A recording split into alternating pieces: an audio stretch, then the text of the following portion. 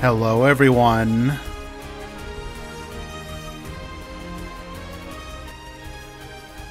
What's good? What's going on? How you doing?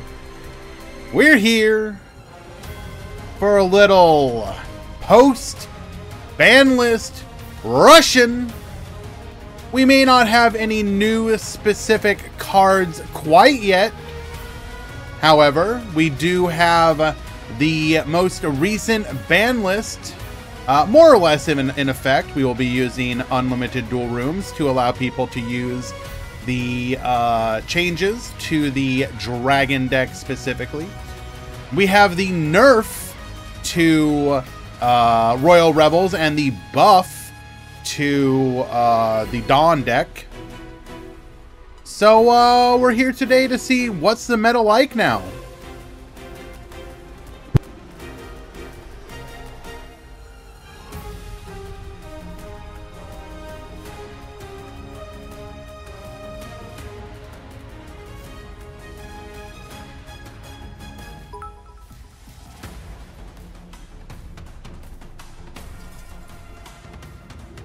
Hello, Guy Bassis. Good to see you, my dude. We got about 10 minutes until the start of the tournament proper. If you are interested in joining, you can do so by going to the Discord, going to the Rush Duel channel, and signing up. You got about, as mentioned, 10 minutes to do so. We will be running a Swiss tournament. We will make the final determination on rounds and top cut based on the number of entrants. For example, right now, with the amount that we have entered, it would be 4 rounds and a top 8, assuming nothing changes.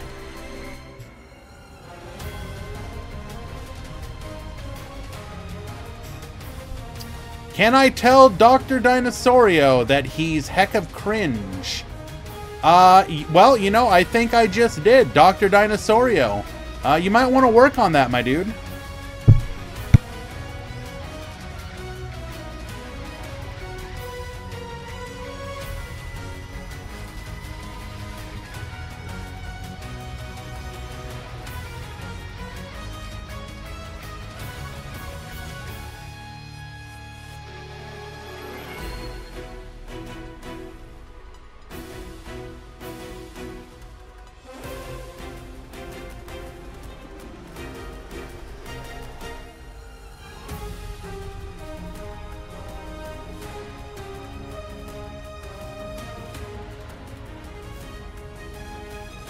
Goodness.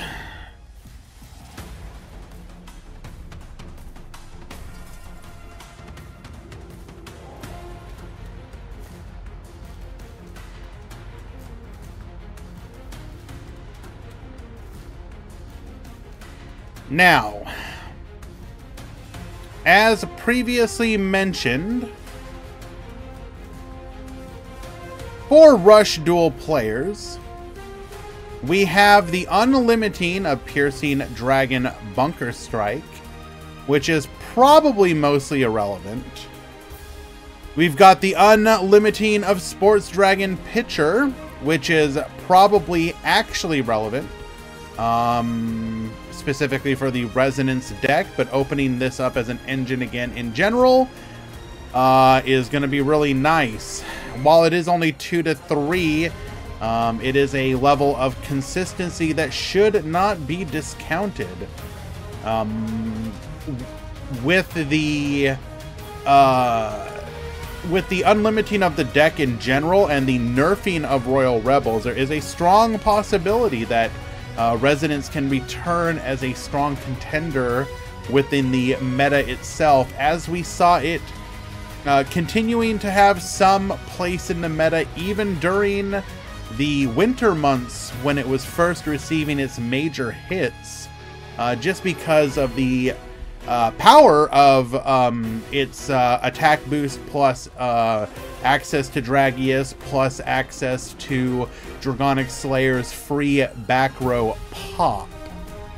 But of course, the bigger deal is going to be No, not Servant of Dawn. Hell Tuning Invasion. This skill went from exceedingly simple and easy to understand, yo, you're gonna blow up everything, to kind of needing a degree to figure out, okay, what do I need to do to be able to blow up the field and still attack? Okay, hold on. Do I need your monster fate? No, my monster's fate? Okay, hold on. Is my guy gonna get too big? Okay, wait, hold on. It's gonna get... I saw the changes to this skill, and I'm like, you solved the problem, probably, but goddamn if you did not make it exceedingly confusing. Oh, but very interested to see what...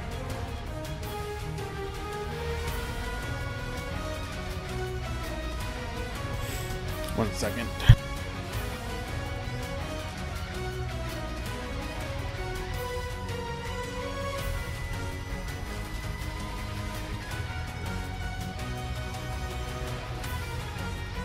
Okay. Sorry. I was also handling another issue before I started stream. Currently handing it off to a fellow moderator for the time being. Registration shouldn't be closed.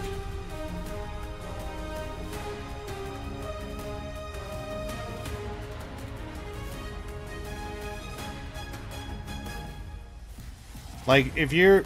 Please don't joke around about that, Shelmy. There's no way that it's closed already.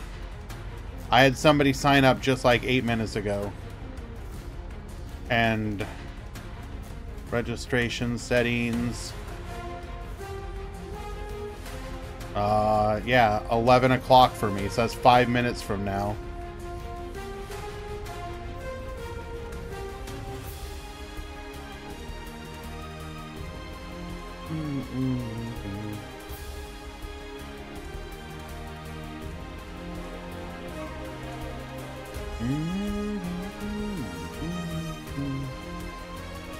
Yeah, don't spook me like that. I don't like any last minute issues like that.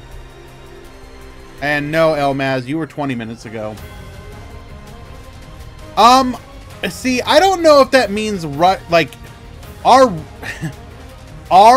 Royal Rebels dead? No, I shouldn't think so. Even you can just like not use that skill and they're still entirely playable. Like my favorite way to play the deck before that skill was with the Red Eyes build.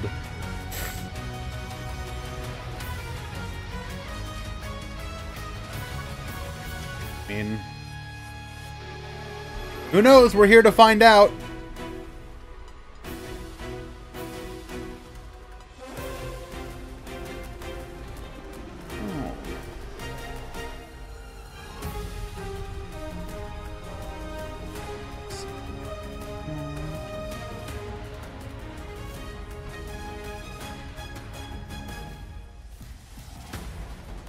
Okay. Super duper mini box on the 23rd. Are you going based off of the wait, why the 23rd? Isn't today the end of the sale? Usually sales can be an indication of a new product coming out. So for example,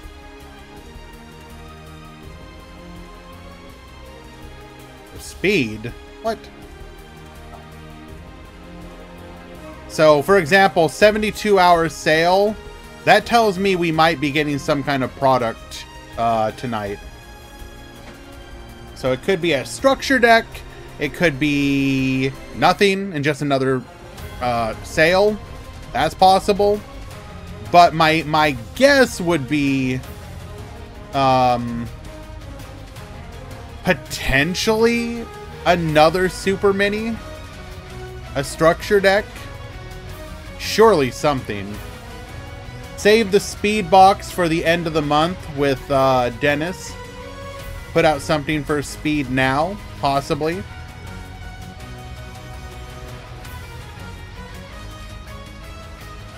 But that is also just me sort of like guessing.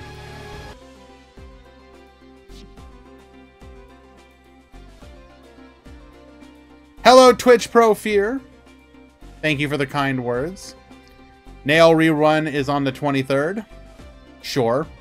But again, I'm just going based off of the sale date. Usually they like those to coincide with a release. You go sale into sale, basically. Who knows? We'll find out tonight.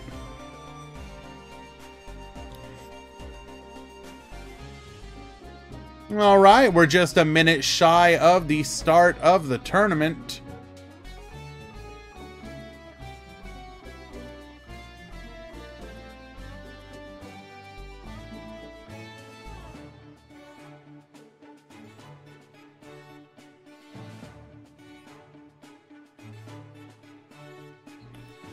Okay.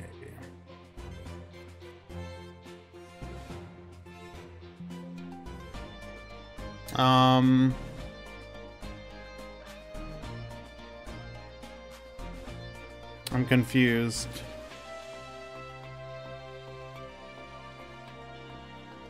Oh, 1 second, guys. I'll be right back.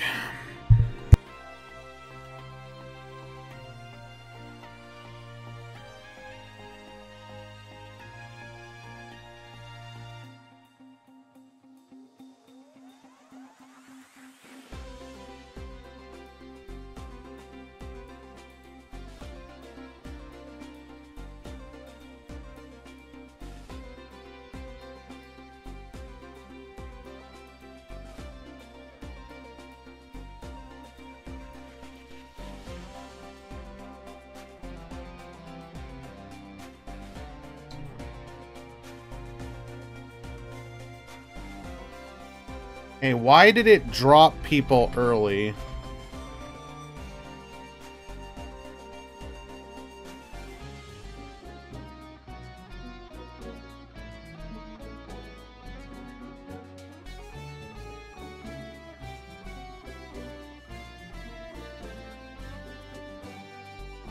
Oh my God.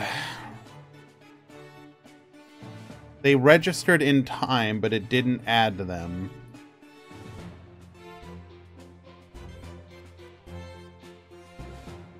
Oh my God, dude.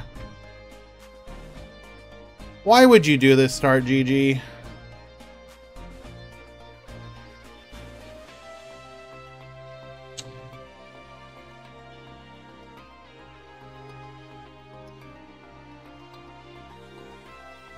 One second, guys.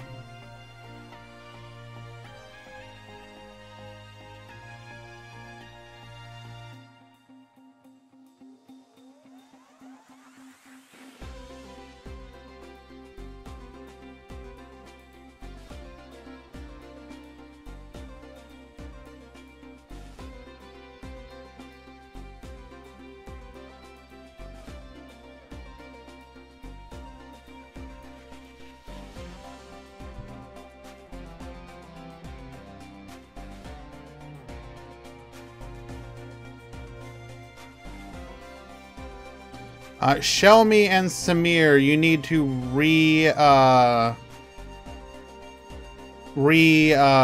sign up.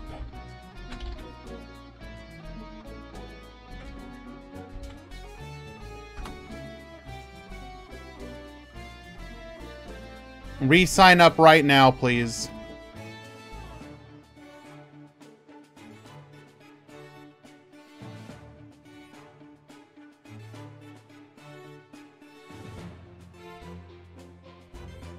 I extended the time to 2:10.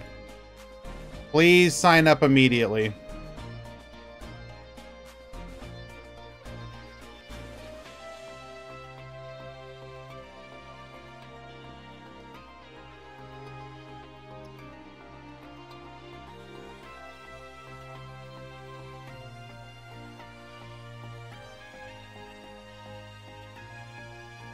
In fact, I'm adding you myself.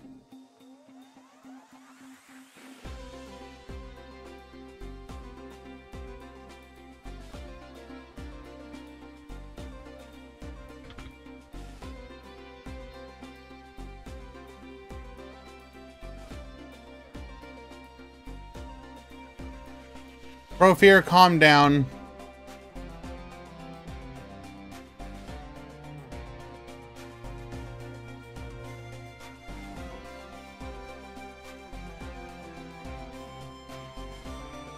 Why is it not adding to the bracket?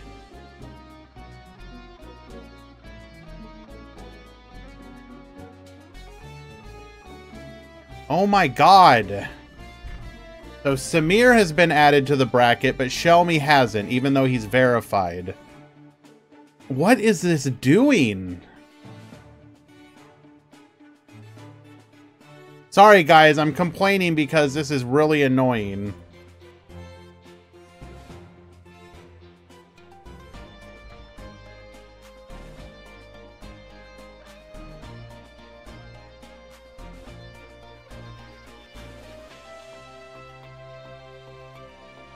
It's just like randomly not adding. Okay. We're in the bracket. I'm just going to. You need to message me your deck lists.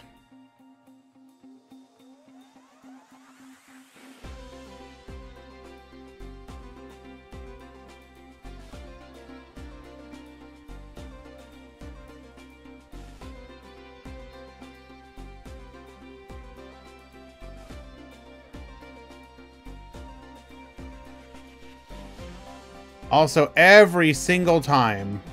Why? Oh my god. How is it I can...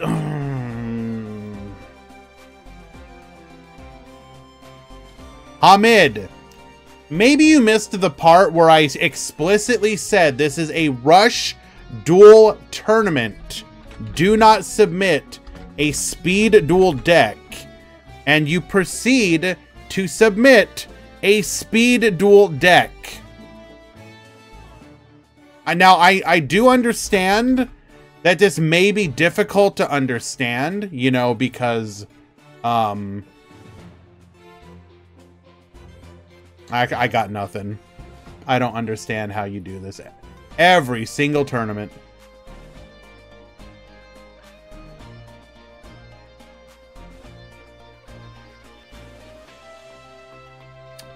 Okay, one last look at the submitted deck lists.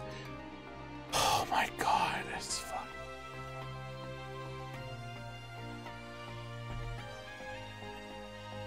Spyro, this is not a Speed Duel tournament.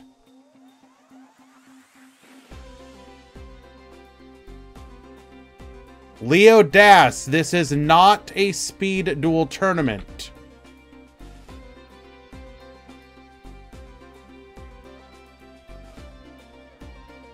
Are literally half the people entered Speed Duel?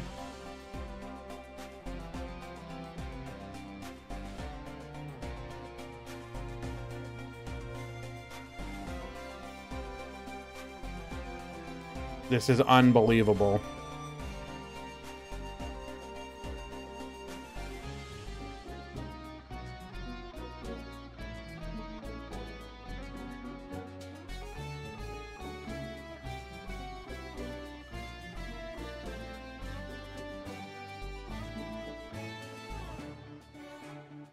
Lord Tenrai, I'm in fact not.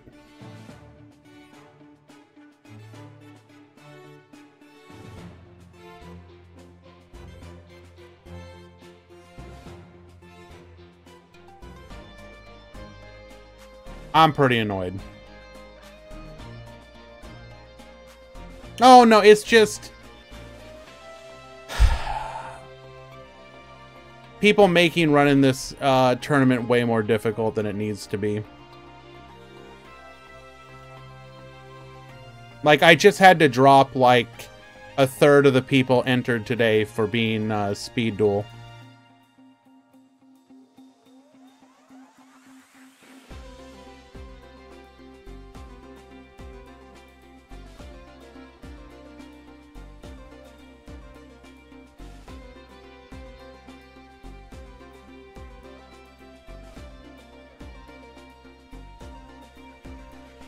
Sora, yes. I'm fixing it right now.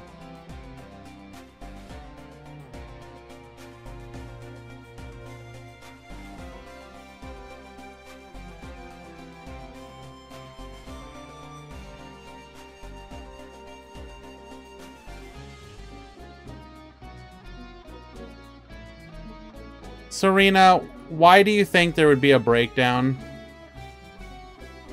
Just out of curiosity.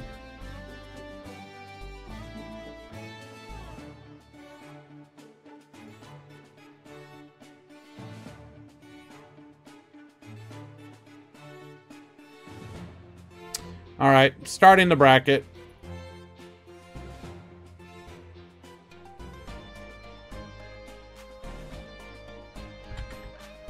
The tournament has begun. Thank you for your patience, guys.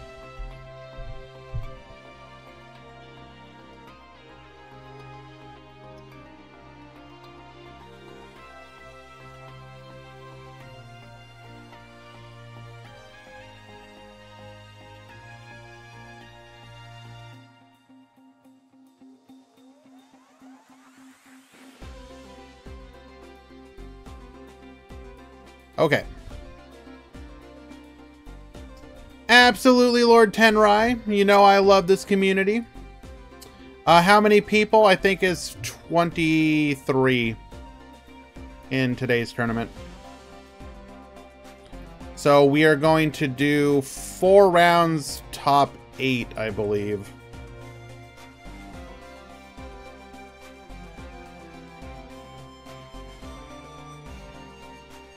If we do 4 rounds, top 8, that means all X1s will top, and I believe 1 or 2 X2s.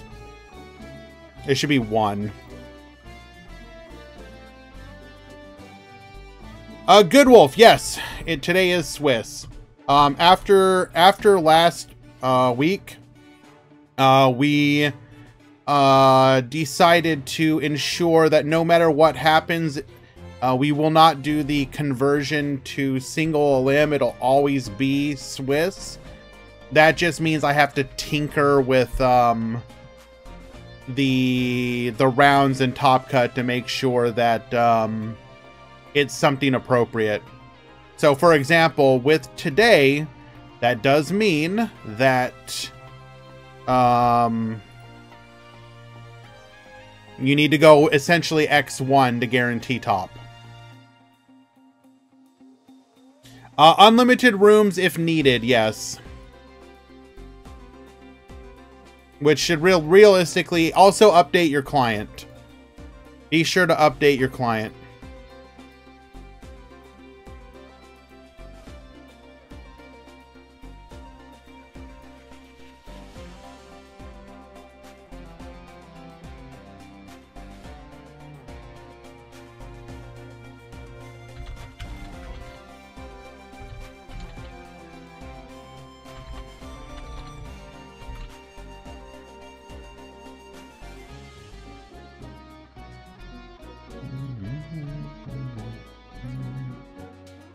Okay. Let us go ahead and find the first match of the day. Thank you everyone for coming out and hanging out for today's tournament. We're here to see the impact of the most recent ban list on the Rush Duel meta. Now, of course, take it with a grain of salt, sample sizes being what they are. We're still hoping to see what are people inspired to bring.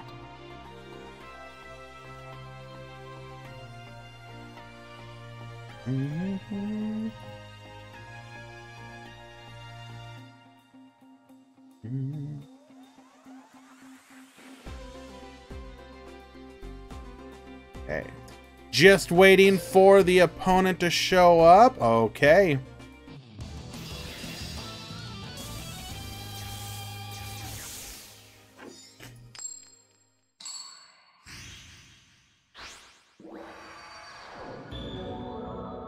Hero We got Profear at the top. We got Paco Wako Taco at the bottom.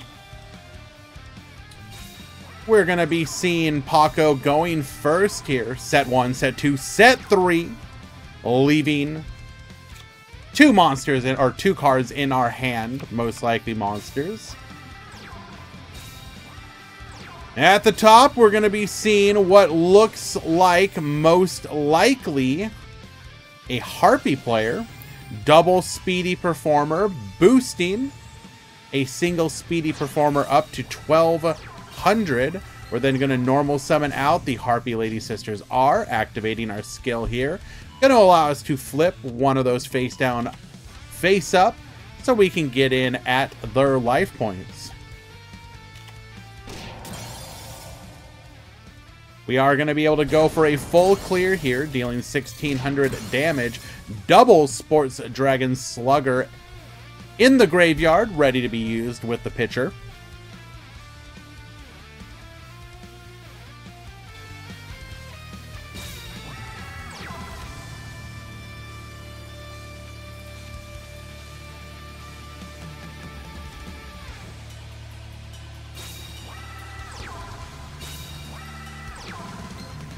We're going to go double face down, getting in for 1100 damage of our own by having the Dragorite be the only face-up monster. It will be the only attack target for Profear, as we will be unable to use our skill to flip any of the other ones face up. Still going to be able to get in for a little bit of damage there.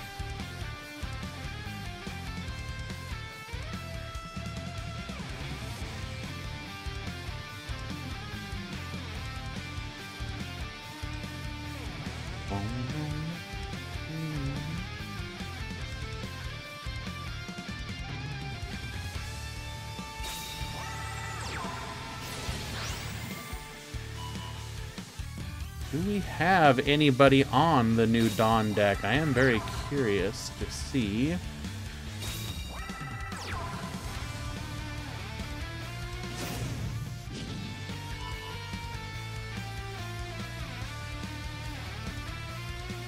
Matches are in fact best of 3, yes.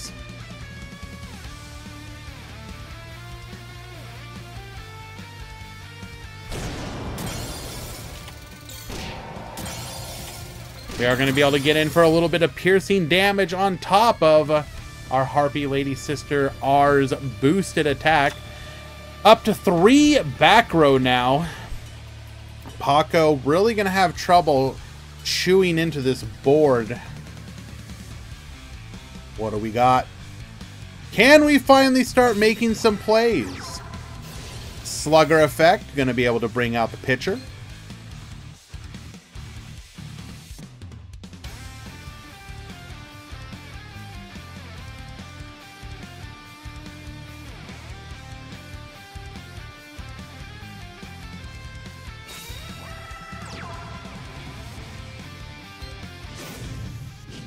Going for a Triad Drago. This is going to allow us to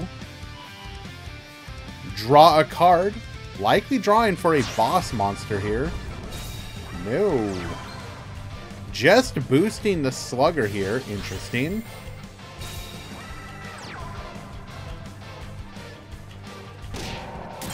We are going to be able to attack in seemingly unaffected by any of this back row.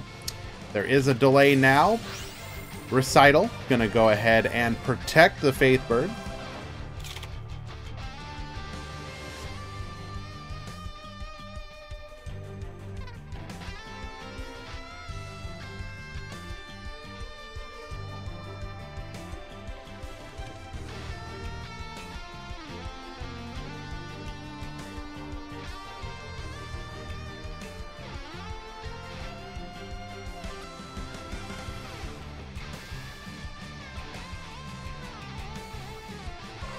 Is old school pure dragon meta again?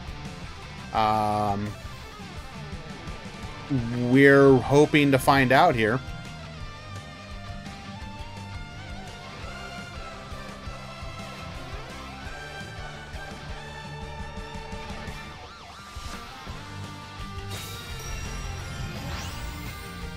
Activating shield and sword. Putting the slugger down to 0. Dragius down to 15. Gonna open up an opportunity for another push of damage. Essel effect. Further reduce. Alright, no, wrong card. Seal Array, however. This is going to be guaranteed lethal. We are going to get the concession scoop, and Harpies will take game number 1.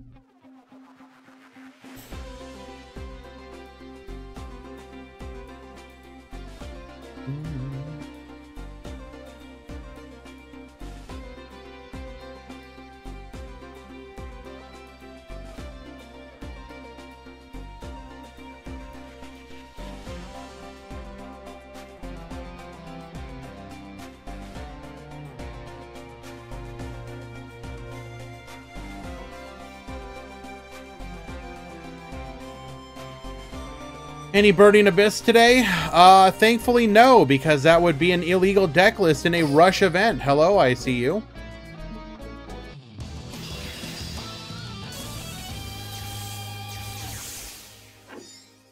Profear currently up a game. Here I go! Get ready for the rush!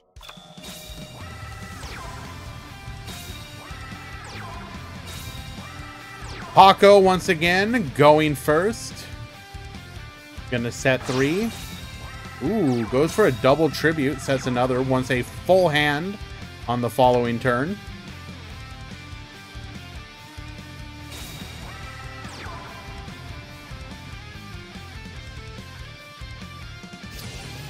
Profear on the other end is going to have a turn 2 Essel, allowing us to special summon either a Fate Bird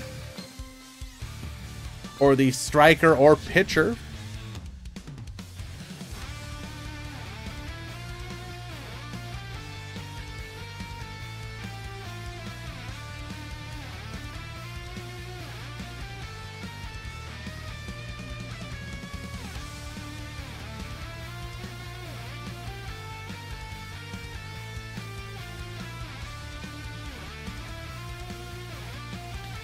Now the argument, so people in chat are talking about the possibility of Blue Eyes, which was heralded by the skill leak for Blue Eyes in Rush Duel.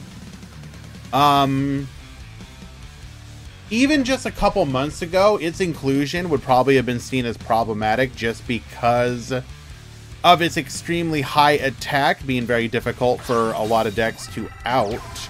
However, there are many decks now that would have inbuilt ways to be able to fight it. I do wonder, though, if we get it exactly now... how to put this? I still think there are some decks that may struggle against it.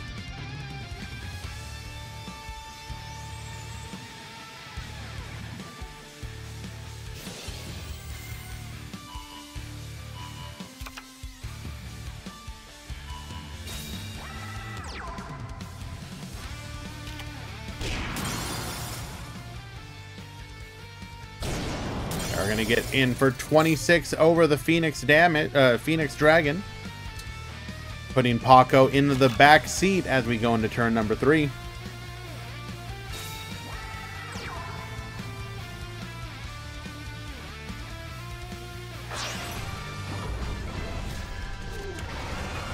This tournament seems rushed. What do you mean?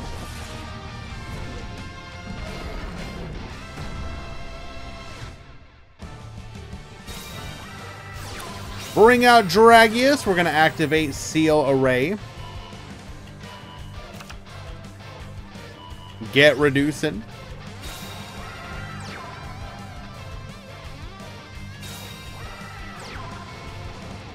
We go to battle.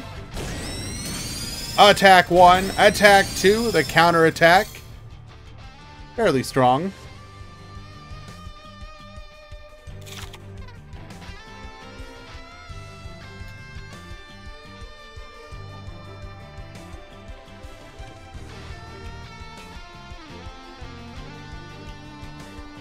Now, Profear did use up a number of our harpies here, but they typically run about 5 plus the alligator,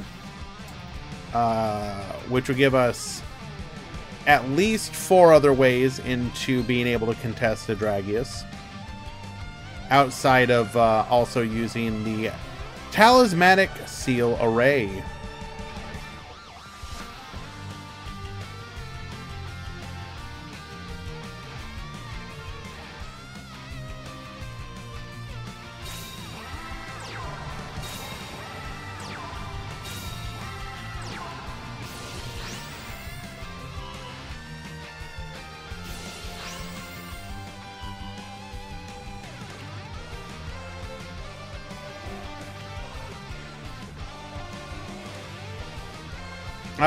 Marco, yeah, that's fine. I can give yours a look after this.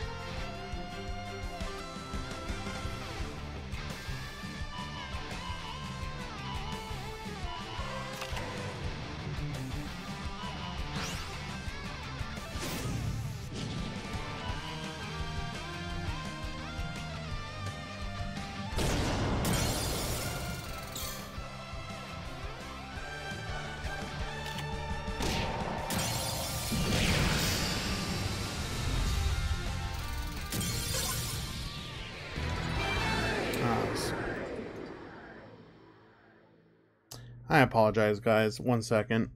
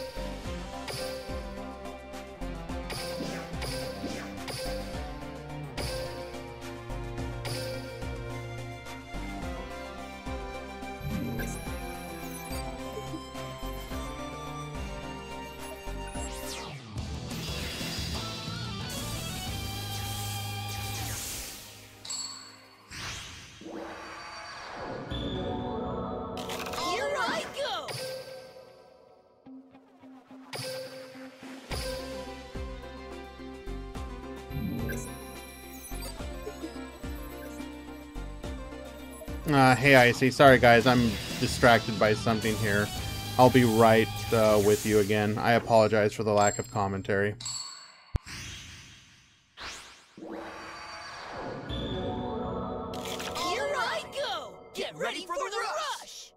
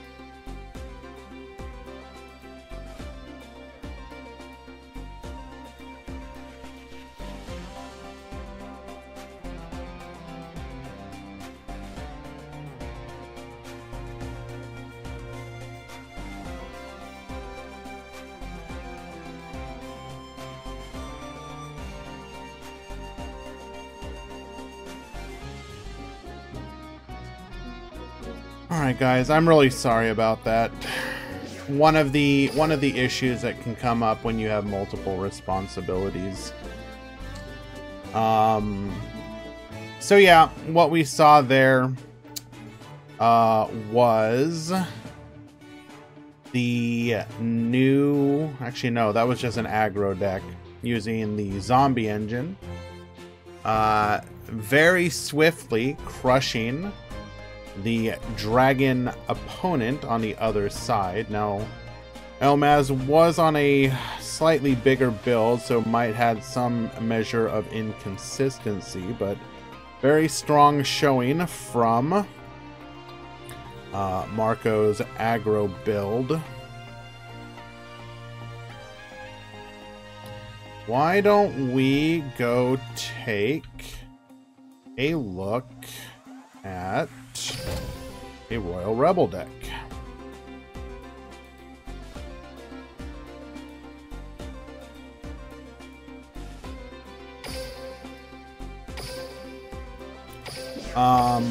So I did also make the mistake of forgetting to do Adges, so I'm going to get those out of the way really quick, and when we return we will have this match. Be right back.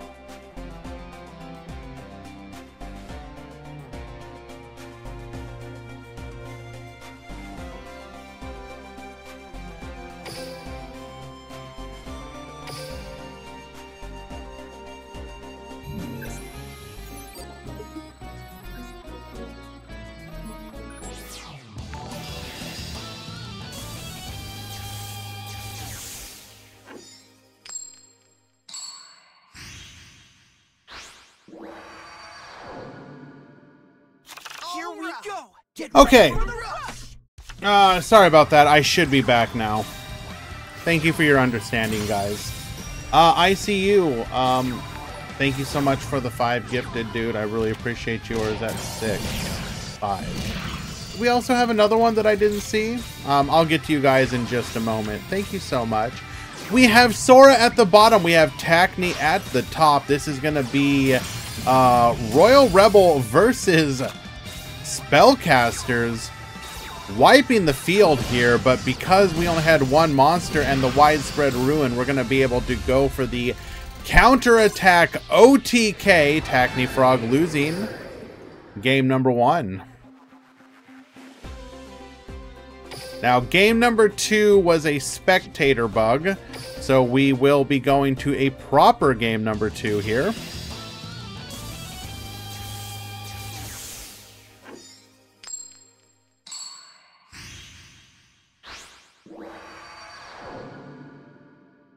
Here we go! Get ready for the rush! Tackney going full defensive here. We're going to get in with a clear of 2, leaving the 3rd on the field. It is our Shadow Buyer, Hell Tuning Invasion. We're going to get flipping. brings out the Royal Rebels Heavy Metal. Now, of course, this skill is modified, so our high levels, they're all set to level 4. We're going to be able to pop here, 3,700, meaning that we are under the threshold of being able to attack.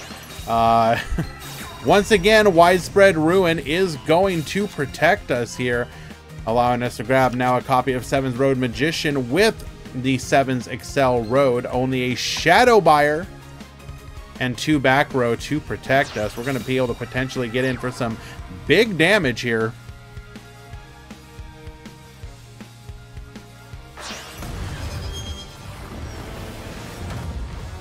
And yes, Elmaz, what Tomato said is correct. Unfortunately, the nature of Rush, and it is kind of the tagline of the game, which is, you know, there's always a shot base. Well, not there's all. Okay, I'm getting that extremely wrong. But the idea is that you always have a chance to come back. You can just draw the absolute nuts hand, your opponent can brick, and from out of nowhere, you just absolutely body your opponent. Did we forget to use the 7's Road Magician here, or did we just not have any? We did not have any? Or not worth it? The Guard is going to protect us here.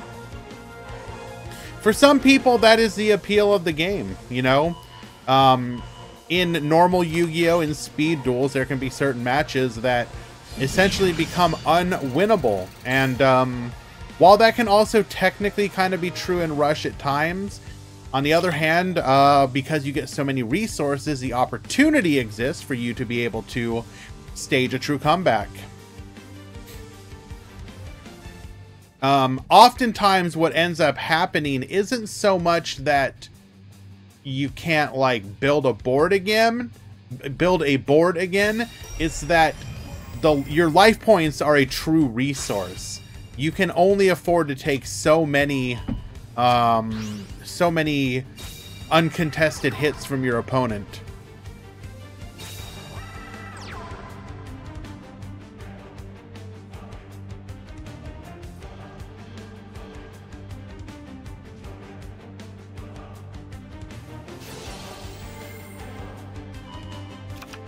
We're going to activate the Shadow Buyer here.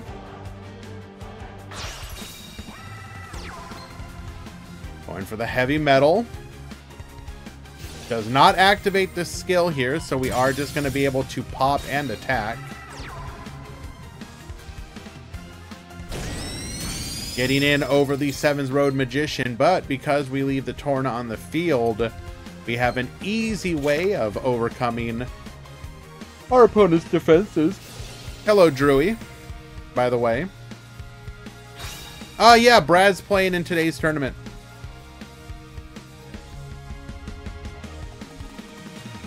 Very cool to see.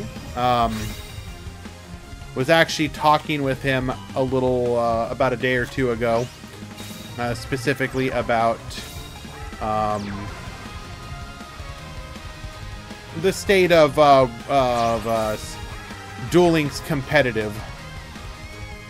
For those of you that don't know, the EU announced the next stage of the Challenger Cups for Master Duel. And I was kind of curious about what the possibility space was for more Duel Links Challenger Cups. And one of the funny things that he ended up mentioning is I think, and I think Marco can confirm this, the pricing for the Anniversary Challenger Cups has yet to go out or is going out like just now. And for those of you that don't know, the Anniversary Challenger Cup was almost 5 months ago now.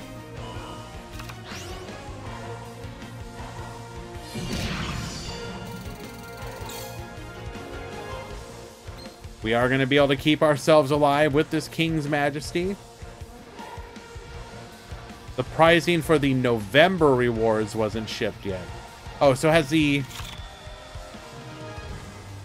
Wait. So does that include the anniversary? Or is it for everything back to October?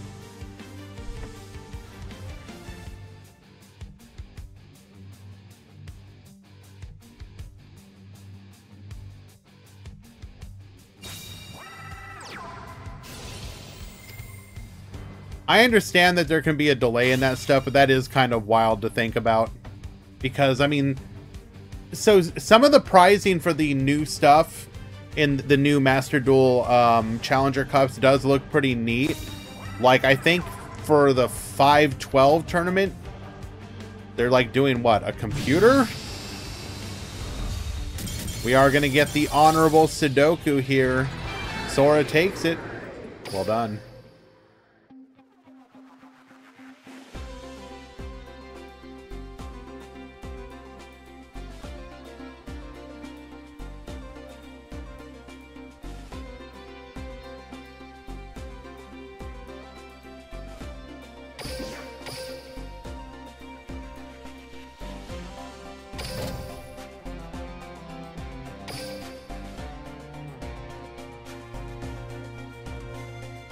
I cannot wait to get my army of phone pop sockets I'm owed.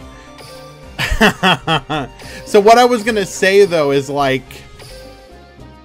So one of the prizes for winning the new 512 is a literal computer, if I'm not mistaken, right?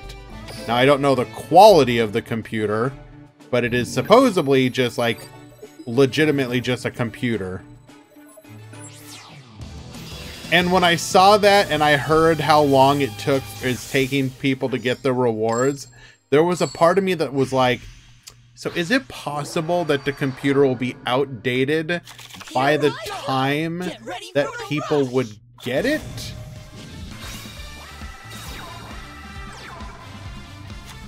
We got Shelmy at the top. We got Luca at the bottom.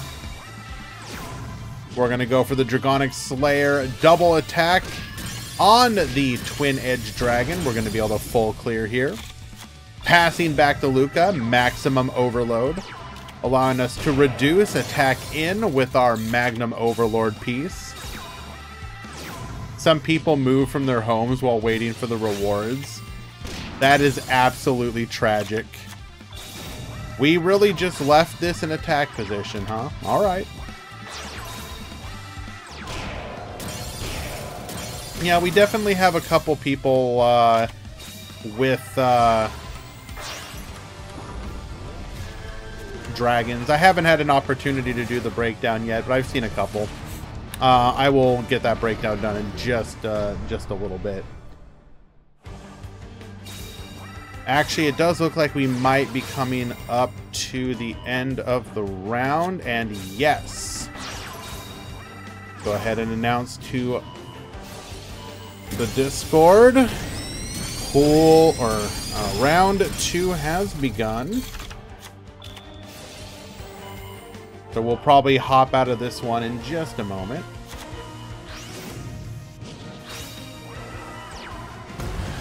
We are going to further reduce, bringing out our Sevens Road Magician. Get reducing, get baboosting, 3,300. That is clear and easy lethal. In the interest of getting ready for round 2, we'll go ahead and just watch the last game, which means this will have been after Shelmy 1, a game number 2.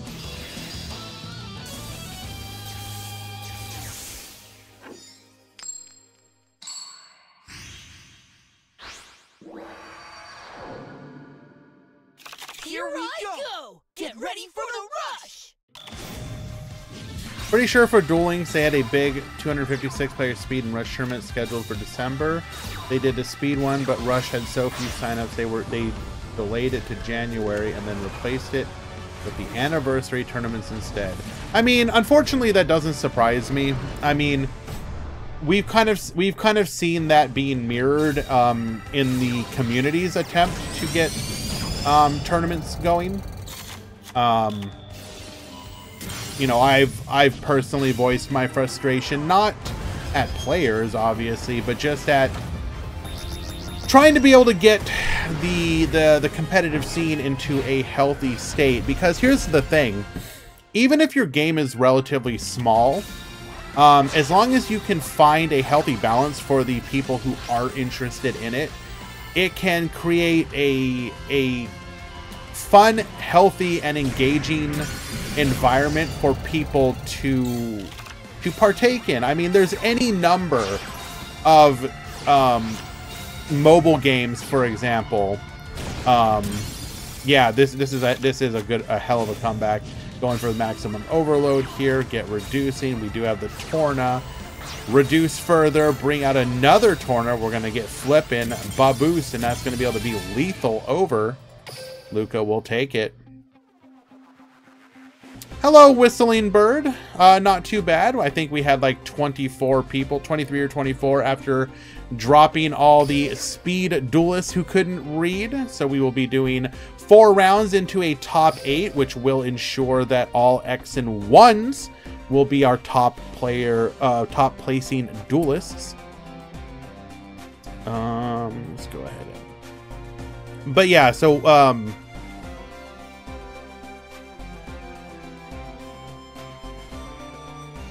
there will always be a chart. Oh, ooh. It does mean we can do a top 8, doesn't it? Oh, I love it. I love it.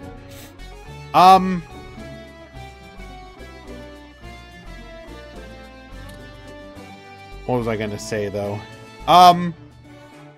So, one of the things that... Ooh, we got a hell of a match here. Battle of the Content Creators. How can I not give in to the nepotism here?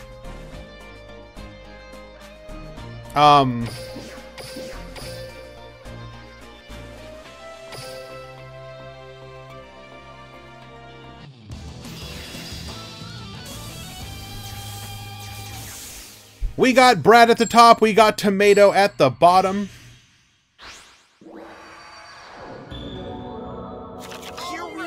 Get ready for the rush! We're going to get a double set back row and front row. Essel allowing us to summon out a Harpy Lady to give us an advantage of bodies on field. Harpy Lady Sisters L, you're going to take this L because we cannot be stopped by your... Ooh, okay, we got the... Oh, this is an incredible first turn. How many Royal Rebels? I'm going to do the breakdown in just a moment. And I'll have that information for you. We have the Strange Cat in attack position. And because we boosted the L, we are going to be unable to do anything about it. Even if we did have our access to our Widespread Ruin. Tomato is going to get in for an exceptionally strong turn 2, taking 39 off of Brad. Brad is going to be... Ooh, but this has the opportunity to be an exceptionally powerful counterattack of his own. Shield and Sword, putting our opponent's monsters down to... Or putting the Harpy Sisters, rather, down to 0 attack.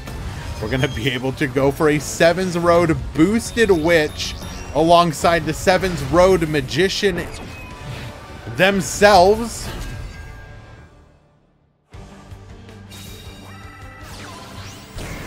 $28, 3K, leaving Tomato on 200 life points. Oh, so close. So incredibly close to an OTK on the crackback. But Tomato will have the opportunity. You know, Marco, are you here? 200 life points. What does that mean, Marco?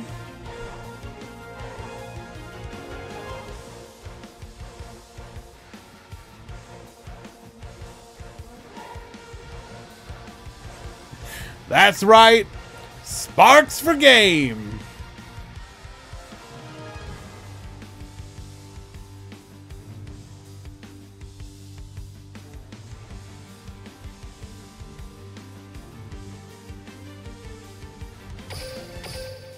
Using Trick Pigeon here, we're going to be able to add the Harpy Lady Sisters back to our hand. Harpy Lady Sister is going to be able to boost up both by its skill and its effect. which means we can get 15 over the Sevens Road Witch. If we can also contest the Sevens Road Magician with another Harpy Lady, we could go for lethal.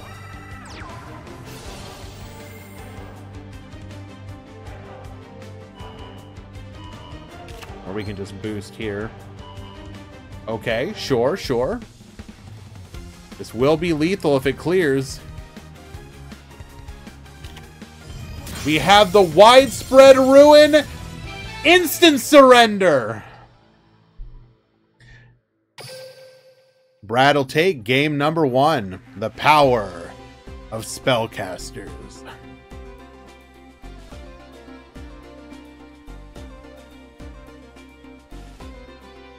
Alrighty. So I will get the breakdown after this match, because I do want to cast this full thing.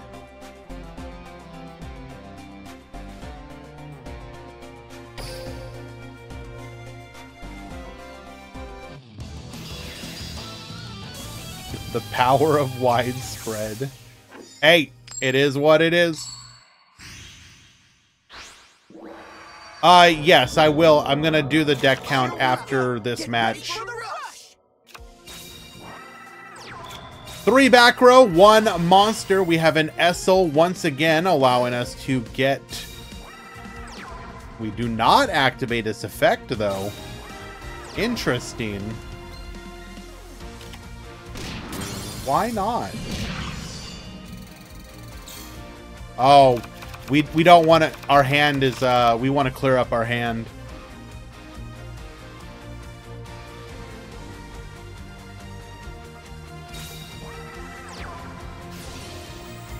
Mystic Dealer. We're going to discard a Torna here. Draw another card.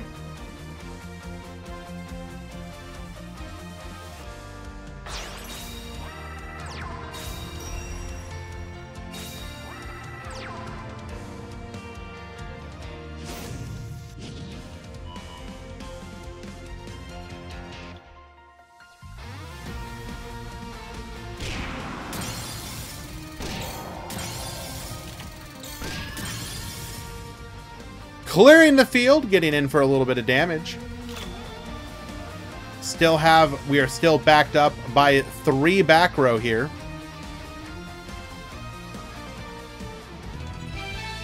Oh no. We just get the concession scoop. No, Tomato, what happened?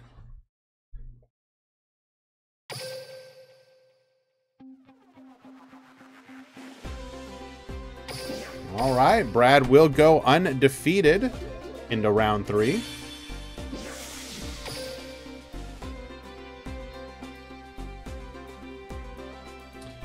Let us find another match.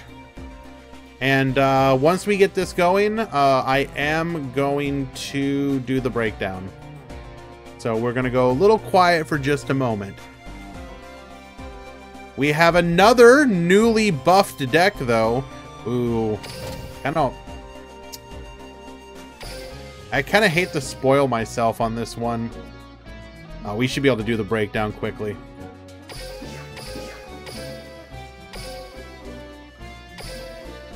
All right. Be right back once again, doing the breakdown.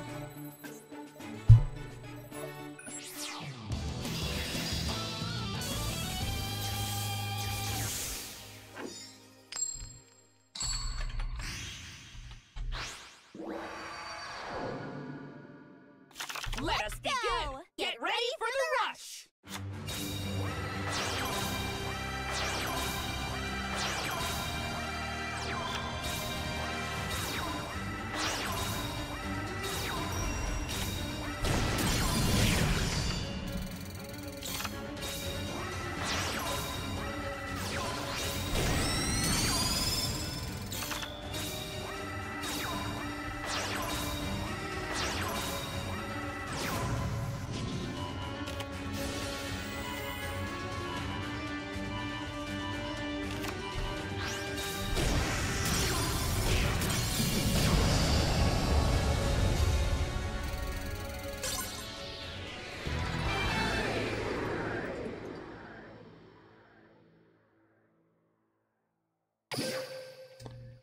Servant of Dawn.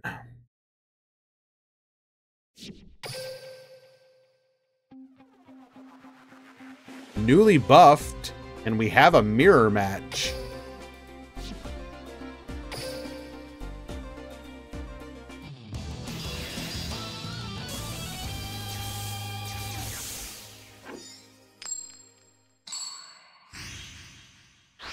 We go into game number 2.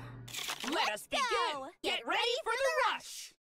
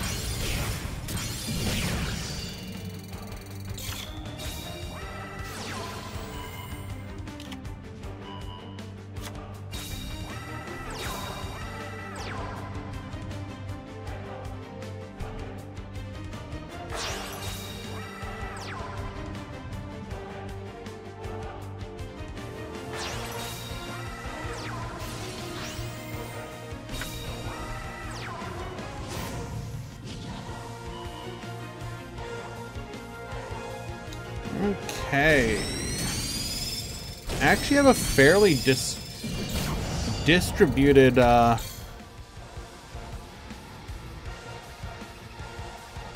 number of decks. Very interesting.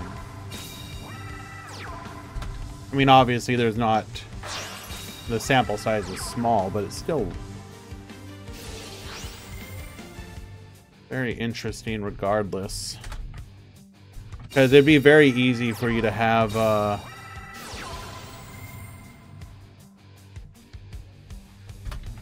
one or two decks just sort of take over. But, alright. Go ahead and get this up on the screen.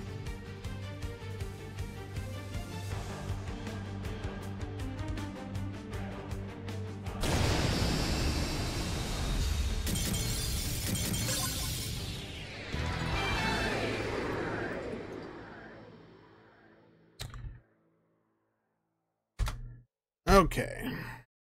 Take a picture here.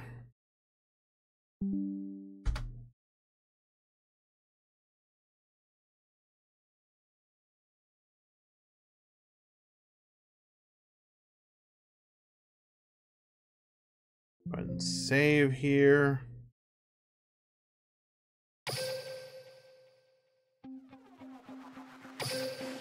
Two-0 victory. I kind of want to go back and watch that one again just because I wasn't able to pay attention. So I do apologize to anyone that's going to see that. Just because I do want to see how these decks operate now. Edicom breakdown.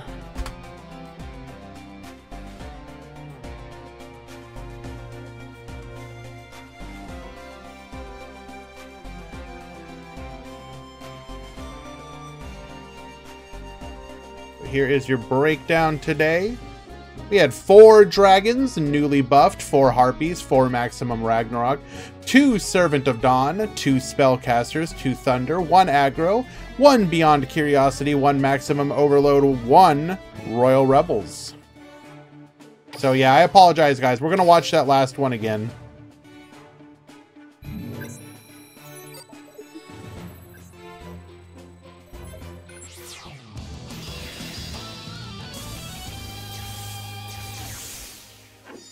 So this is, if I'm reading this correctly, this is basically just like an aggro list, right? Get ready for the rush. You're just playing like a conditional boost aggro. So you're playing your Flame Cerberus, which you can buff up to 2700 as part of your skill. Activate Servant of... Oh, wait, no, but you can also just boost your... Ooh, you can also boost your little guys. Can be activated the turn you have normal summoned a normal monster with 2100 defense. Oh, the text won't have changed. Okay. Yeah, it's just aggro. And the conditional cost is that you have to run some bricks. Or some bricks. Widespread Ruin here.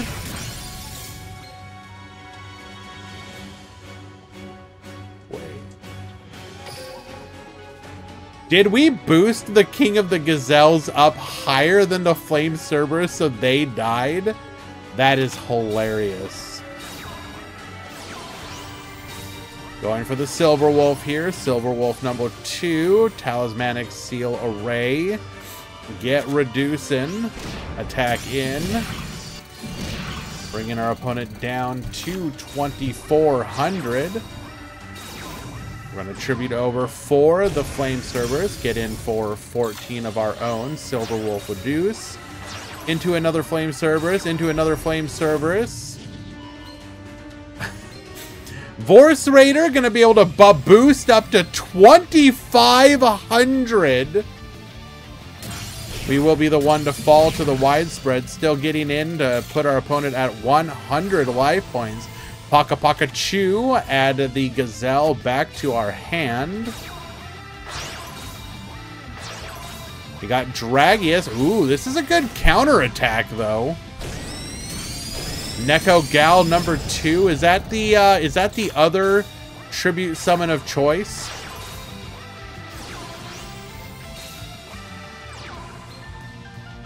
Super King Rex summoning out our our Mammoth Graveyard. So this is going to be playing the level 6 dinosaur, because you have the ability to bring that back to the field. Oh, that is incredible. Unga Bunga is back, baby. Let's go. Okay, is Servant of Dawn like a legitimate deck now? I kind of get the impression that it might be a legitimate deck now. If you just want to go aggro Unga Bunga, you got options.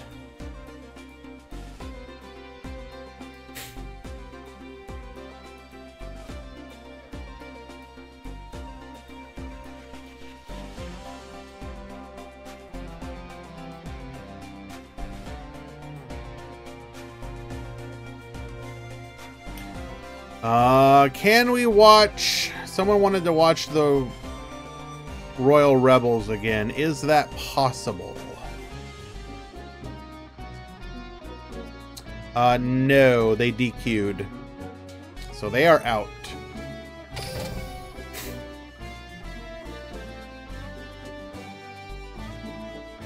Servant of Dawn is the new aggro.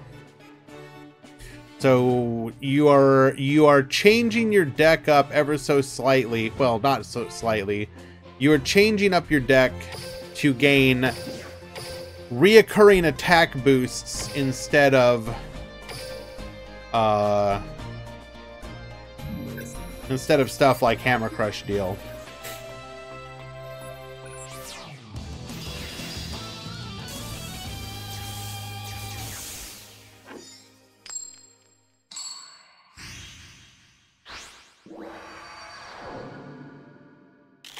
Curious to know what will happen in this duel. Get ready for the rush!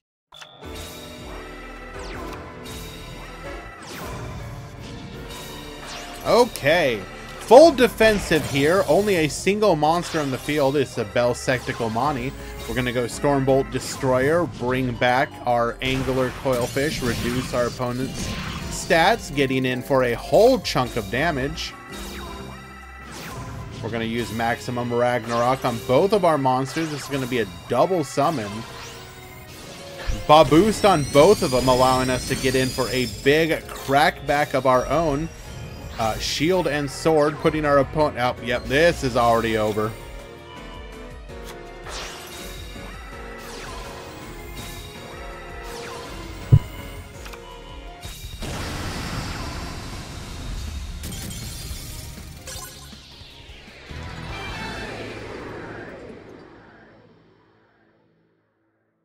Alrighty, Zaga Zaga taking game number 1. I'm gonna be honest. I think the most exciting thing I've seen so far is that Servant of Dawn. I know it's kind of weird to say that, but a more accessible aggro deck is certainly perfectly fine in my book.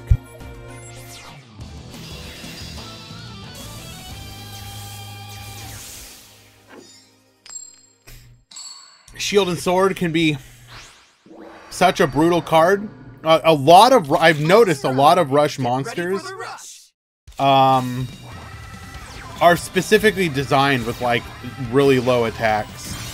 We're gonna pop the back row there, going for our skill, allowing us to successfully beat over 2 out of the 3. Is Cerberus easily accessible? Isn't it a okay, wait. Isn't it a farm drop?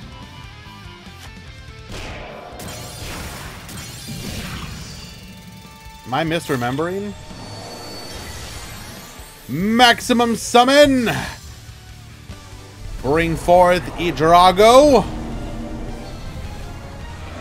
the Sky Emperor.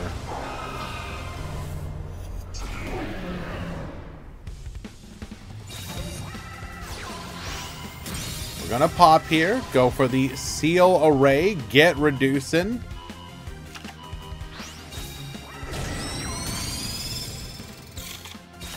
What is our opponent going to do about this? We're gonna force our opponent to attack position.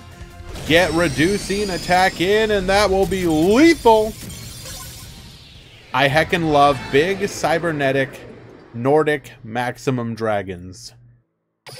Damn, Barox, that is like hella specific.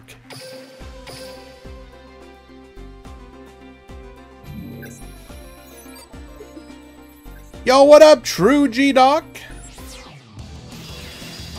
We're doing well. Thank you so much for coming to hang out with us. We're currently in the middle of the Rush Duel Grand Prix, checking out the fallout from the most recent ban list. And it has definitely seemed to have an effect. Royal Rebels have, if not been deleted from the meta, at least deleted from people's interests. We're going to go for a pop here of the Stormbolt Destroyer, get reducing, Widespread Ruin. Well then. Surely you can lethal here.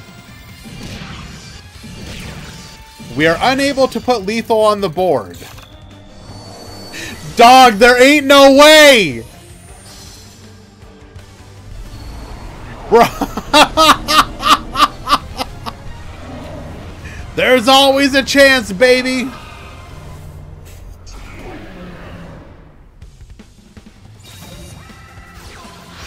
Get poppin'. Get reducing. Alright, what's your game plan? What's your out, dog? You, to attack. You, get reduced. Lethal.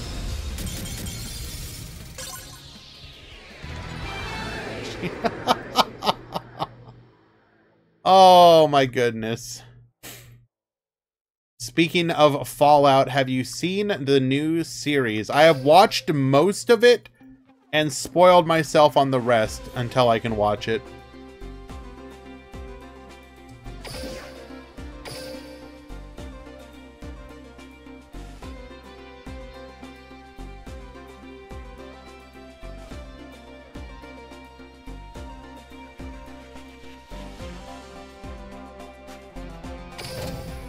I won't say anything in the interest of people having potentially not seen it, other than to say, while I have some issues with a couple of the choices that they made, undeniably it is probably one of the like top 3 video game adaptations maybe ever, and that's even with me having some issues with things that they did. Cannot recommend highly enough. Really good.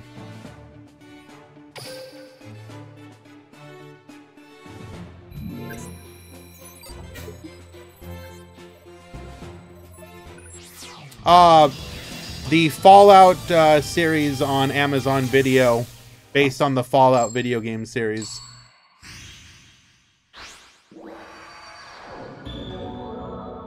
Here we go! Get ready for the rush! It's very good. And again, I say this as somebody who is like literally, I'm sure people have read like the articles about like unhinged fans complaining or whatever about certain things. I'm like unhinged fan adjacent, as in there were things that were done that I definitely don't agree with. But I can say, even as somebody who feels that way, it is undeniably very well done. Undeniably. Okay, we got the summoned skull. We're gonna go for the reduction here. This is gonna be a big push of damage here. 1525 as well. Would it be good for somebody to watch who's never played the game? Absolutely. You can still watch it. You may want to do like a quick, like, if you can find like a primer video, just to give you an idea of like, but even if you've never played the games, you can absolutely watch it. It's entirely like, you don't need to have, you don't need to know all the ins and outs of things. And in fact, if you didn't actually play it, the things that bother people, like that bothered me, you literally won't even know. Widespread ruin to save us here. And the sword and shield to both save us. Oh, and the crackback Gonchi takes it.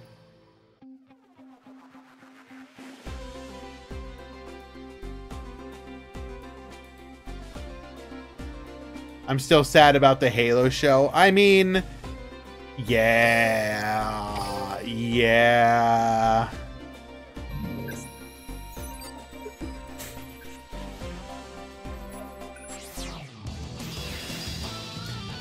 You can still learn if you decided to play ASP. Hyperbit Whale, what are you talking about? Maybe I don't understand. Looks like I missed the announcement, so let's go ahead and get that. Round 3 has begun. 5 minutes to check in.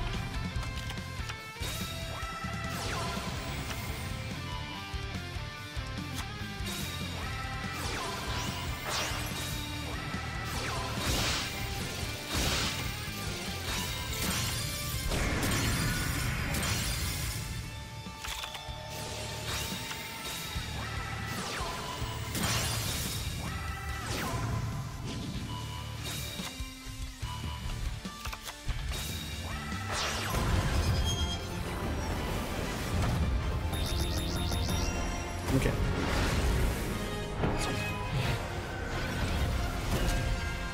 The Halo show didn't happen, bro.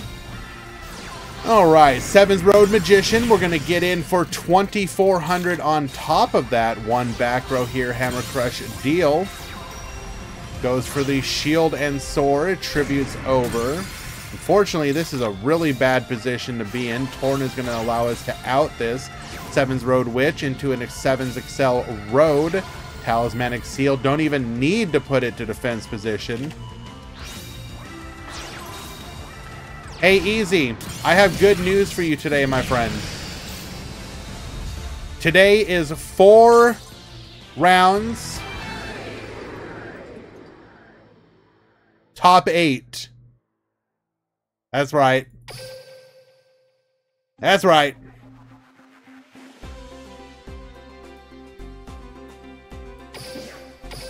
Okay.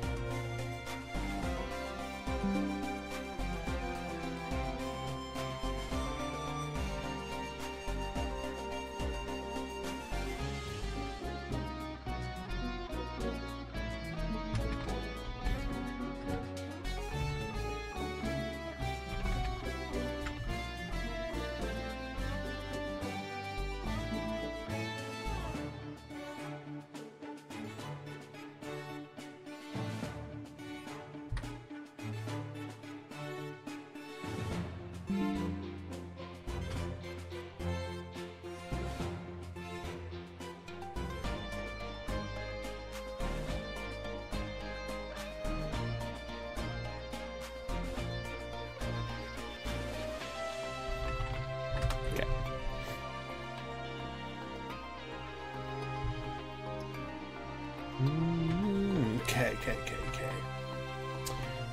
I'll get to your comments in just 1 second.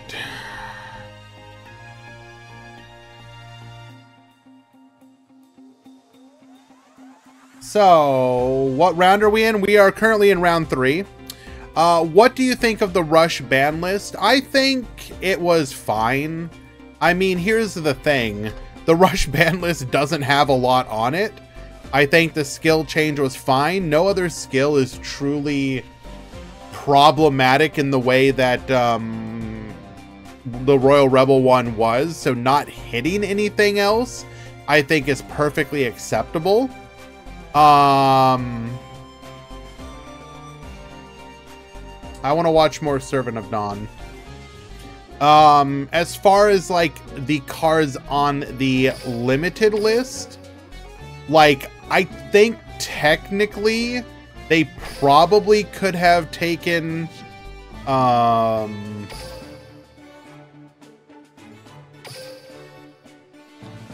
let's take a look here. What else could they have done? Leaving this at 1 is fine. Seahorse Carrier probably could have come off.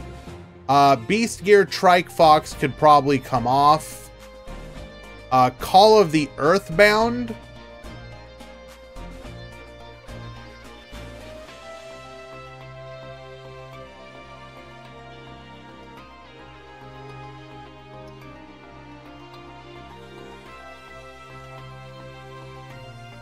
I want to say this could come off.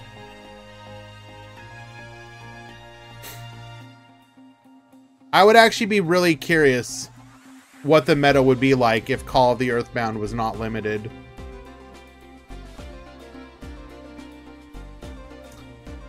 An unbanned list with the other one, easy. Same time as the other one, scroll to the bottom. Dark Sword Magician, it's the limit 3 tax on boss monsters. That's unfortunate. Can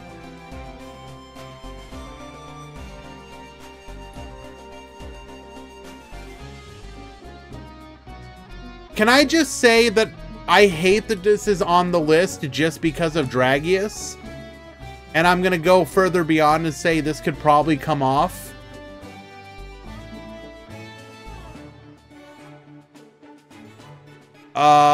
And I'm also gonna go further beyond and say this could probably come off.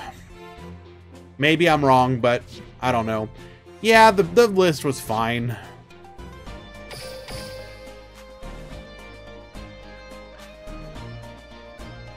Rush's main issue right now is just needing more content. Did Sword even see play? No, because why would you... If you have a limit 3 slot, why would you play it? You're not going to. That is literally a waste of a limit 3 slot.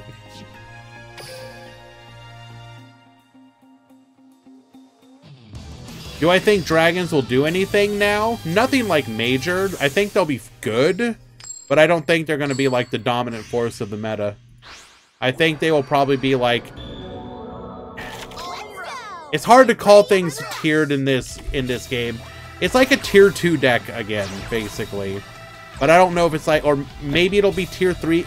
It might be like tier 1 or 2 in representation, but tier 3 in power. I don't know. It's hard to kind of say just yet. Like, it's good again, but...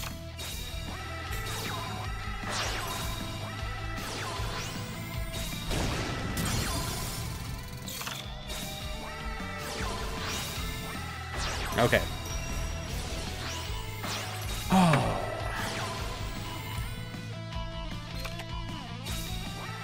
Going for the seal array here. This is going to stop any real attempt at a defensive play. Hysteric Force on top of it. Widespread Ruin is going to keep us back in the game. We're going to go Silver Wolf into All-Seeing White Tiger. Into the Mega Zowler. Into the King Rex. Bring back the Mega Zowler. Servant of Dawn, attack 1, attack 2, clearing the board. We're going to go for the Ghost Cyclone, take out that back row. Seal Array is going to seal the deal. Game number 1 should be going to Twitch Pro Fear.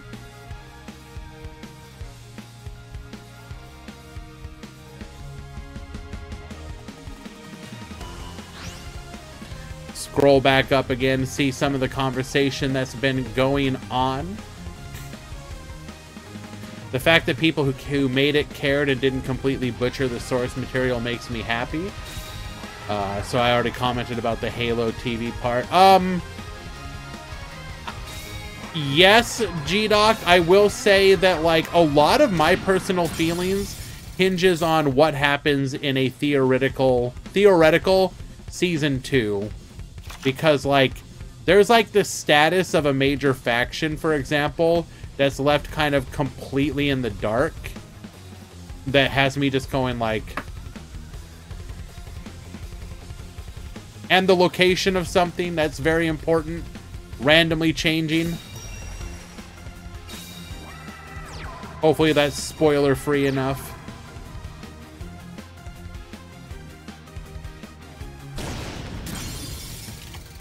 Like, I love both Halo and Fallout, but the fact I grew up on Halo and have that abomination, I mean, even I could write better. So one of my favorite book series or books ever is a book called Ender's Game. And let me tell you what, being a fan of Ender's Game is pain for a couple of reasons. One, the author is extremely problematic. I didn't know this. It's like growing up reading Harry Potter and then finding out what Rowling actually is like.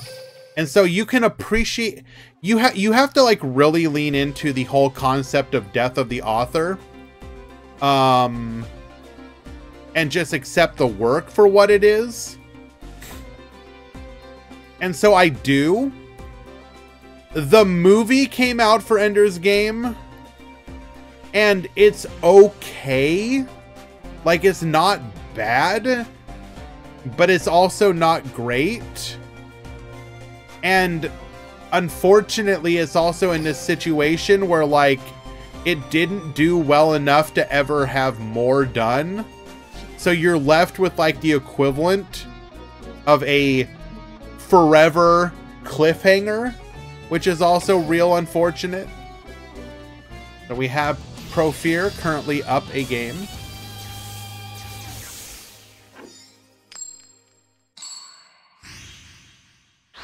Let's go! Get ready for the rush!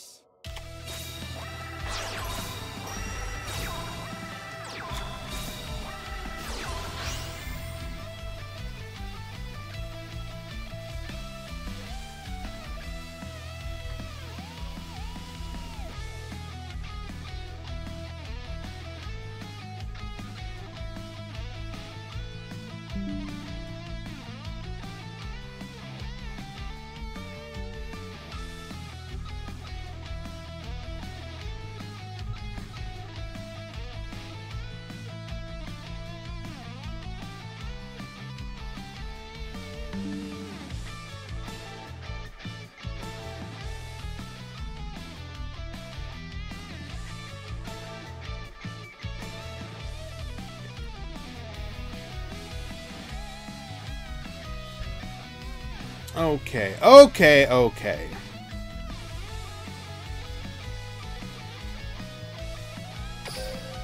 Mills are widespread ruin. You hate to see that.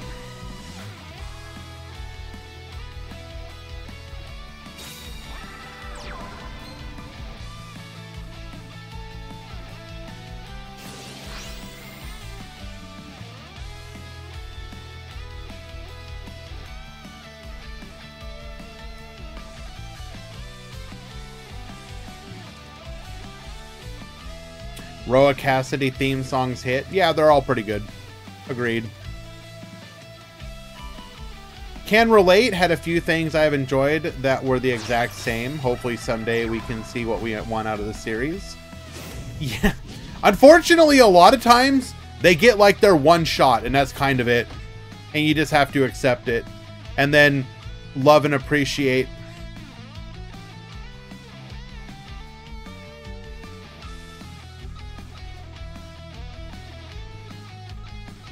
And then you also end up in some really weird scenarios where like, ooh, widespread ruin, okay.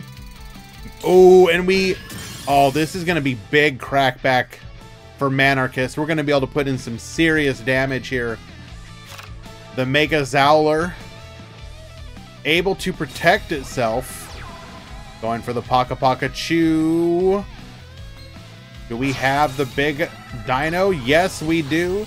Super King Rex. Go ahead and bring back the Mega Zowler. We can boost here. No, we can just go for another Super King Rex.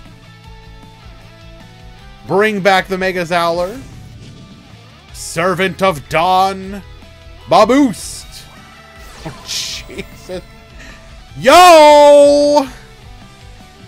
Activating Talismanic Seal Array. Get reducing. We have so much damage on board. This has got to be lethal. I'm not going to do the math, but this has got to be lethal. No! NA math! Pro Fear is going to be left on 200. And you know what that means. Sparks! We have seen 2 instances where Sparks would have been the game winning move.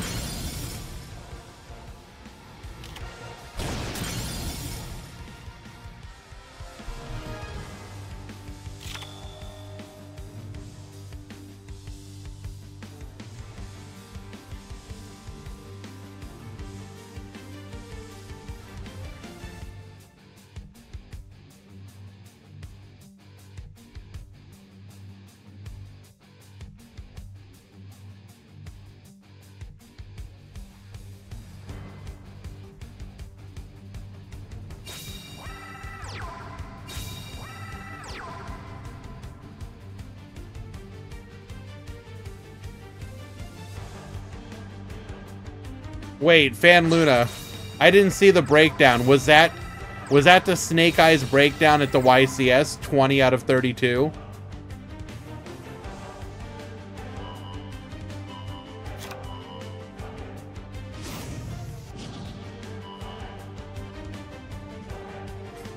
That is wild.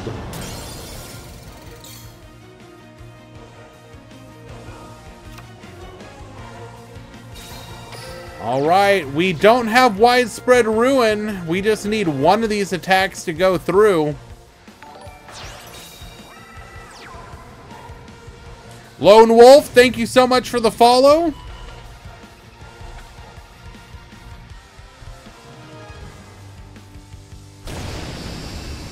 And we got nothing. Manarchist takes game number 2. We will wait for the edges. We'll wait for Aegis to end for game 3.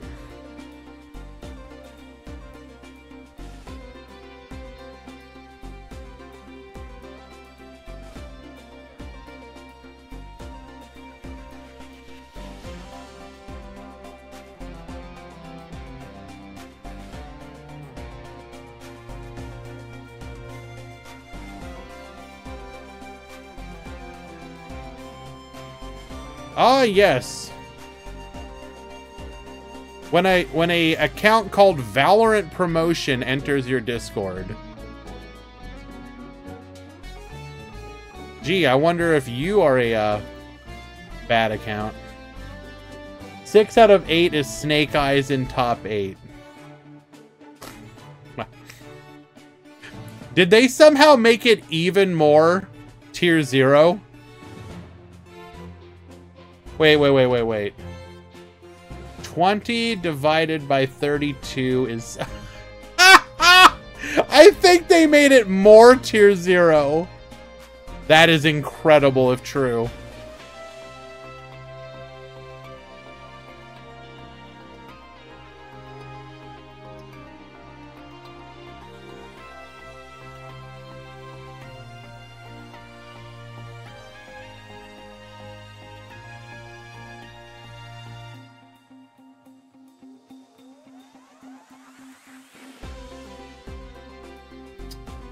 Alrighty. Thank you, Marco.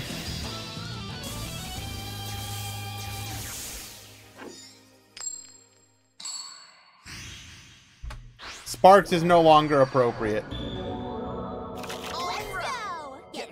But wait, according to Billy Break, it is not a tier 0 format unless 100% of the decks are that deck. Which I believe means what?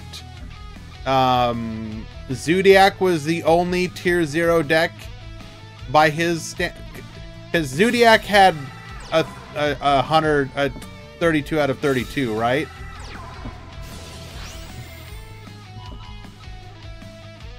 Isn't Zodiac the only one that ever had 100% in Top Cut?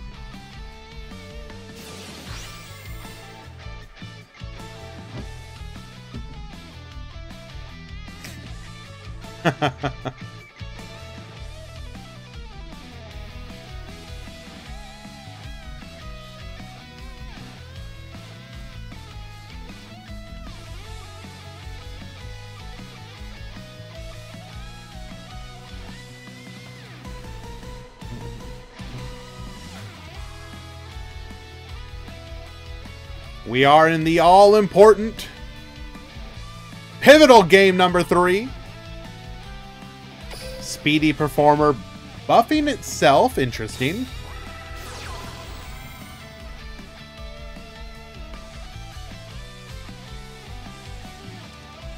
Yo, dude, the Prinny. Yes, it's quite wild. An hour and 50 minutes into the stream, you have somehow managed to be the first person to say anything. Dead streamer, dead stream. Thank you so much for joining us. We are in round number 3 of the Rush Duel Grand Prix. We are currently watching Harpies versus the newly buffed Servant of Dawn, which is essentially the new aggro deck.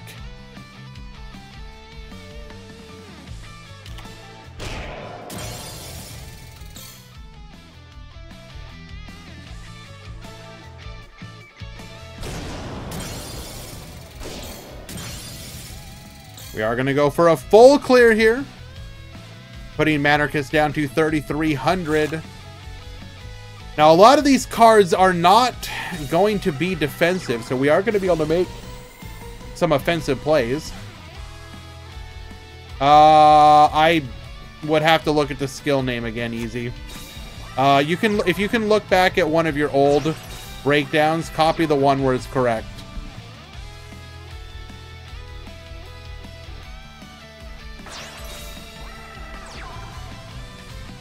Beast is the new aggro. So it's not really Beast, it's just using like the Beast engine.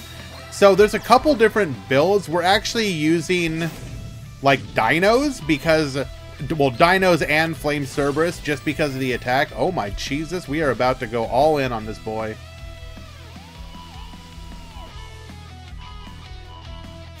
Maximum Ragnarok, that's the Cybers deck. That isn't Beyond Curiosity. It's the one with Edrago. Widespread Ruin, get poppin'. But we're still going to be able to clear 2 here. Taking out the Speedy Performer as well, leaving our opponent on 3,300. Same life total, but they now have the initiative. I misspelled the skill again? Probably. Well, thankfully I have you to fix that for me, Easy. What I pay you the big bucks for. It's not tier 0. There's Fire King Snake Eyes, Kashtira Snake Eyes, and Pure Snake Eyes. Ah, yes. Just like Zodiac was not tier 0, because there was all the different Zodiac variants. I didn't watch Thor 3. I don't think I did. I think I watched Thor 1 and 2. Wait. No, I think I did, unfortunately.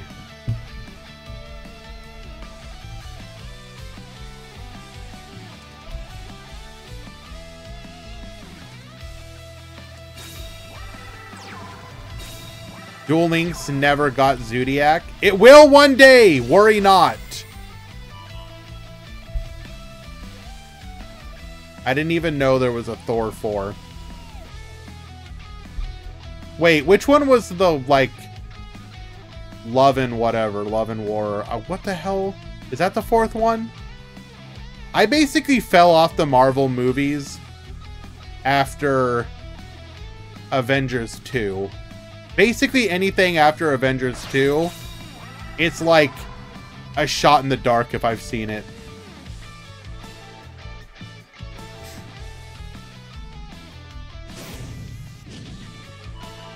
And I'm not even like trying to be out here like being like a not an apologist, or not a hater, I guess, rather. I just kind of moved on. And also, to be fair... Oh, wait, hold! Not lethal, though. We will get a chance for the crackback. I'm more of a DC fanboy. But unfortunately... The downside of being a DC fanboy is that... the DC cinematic stuff is like a absolute cluster of garbage. So I'm a masochist. Yeah, pretty much. I'll always have the animated series, is basically what I have. Hey, you can sit there. I can rewatch Batman the Animated Series, into Superman the Animated Series, into Justice League Unlimited, and Batman Beyond. And if you also want to include it, which is Fair Static Shock. And I could just rewatch that stuff forever. There ain't nothing in the Marvel animated stuff that even comes close! And I'm sorry. And there's some pretty good Marvel stuff.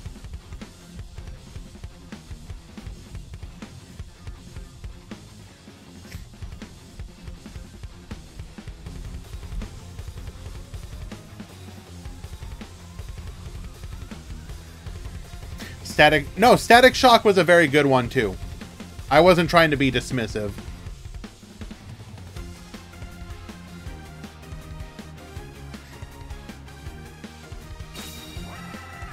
They made Damien likable. See, here's the thing. Even the people who like think Damien's a little piece of shite still like that about him. Like they made him a likable character in that regards. Even if you hate him, you like to hate him. And don't lie. Are we just gonna... Oh, this is not lethal, so what are we doing? We just want to ensure that we don't die, I guess?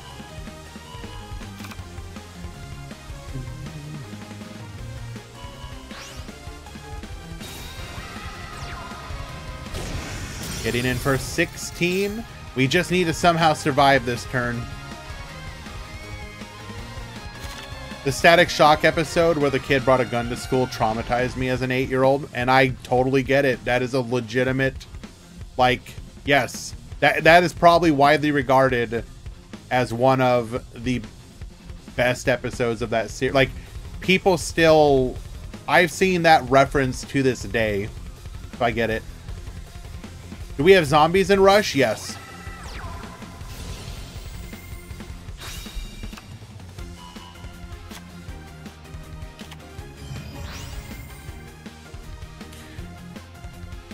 Some people say it's one of the best animated superhero episodes ever. If you're talking about a complete episode, I could see the argument, I suppose. I think for me, like, ooh, not quite enough to go for lethal on Manarchist here.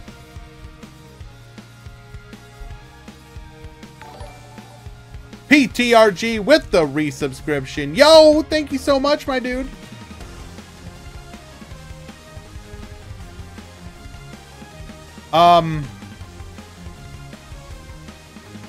The Justice League episode with Ace is probably the one I would still pick. But I guess that's technically for the last moment, but not for the full episode. But that moment, like, I can literally tear up to this day because of that moment. It's hard to describe.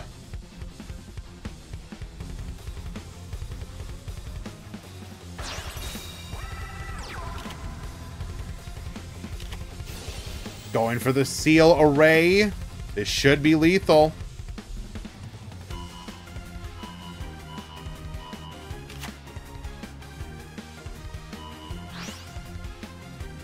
That's what I'm talking about, Altarius.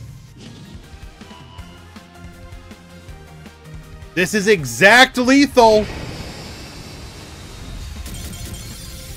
And Manarchist will take it in game number 3. Well done. But I do think that's unfair because that's literally a moment and not a full episode. The rest of the episode is like, you know, usual superhero shenanigans. So it's not necessarily really on the same level as something like the Static Shock one.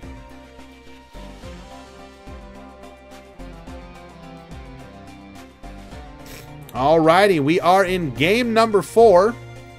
Or, sorry, round 4. Round 4, final round. 1-ish, or actually 1 to 2x, 1-ish x2 will top.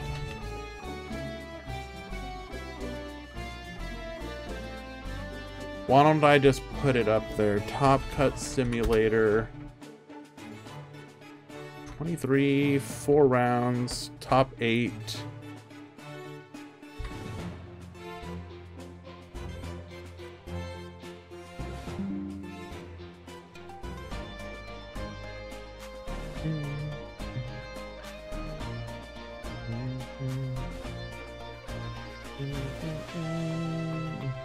No. We were talking about like other random stuff.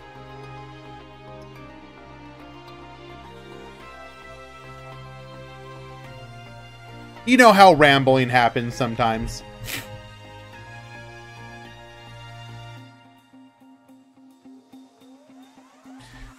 We can also take a look at what are the undefeated and all X1s will qualify, Gonchi, yes.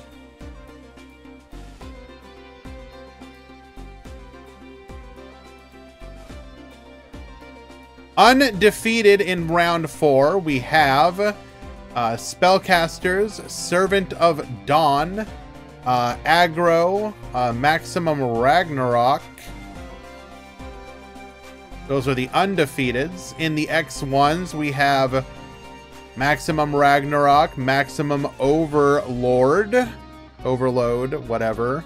Spellcasters, Aggro,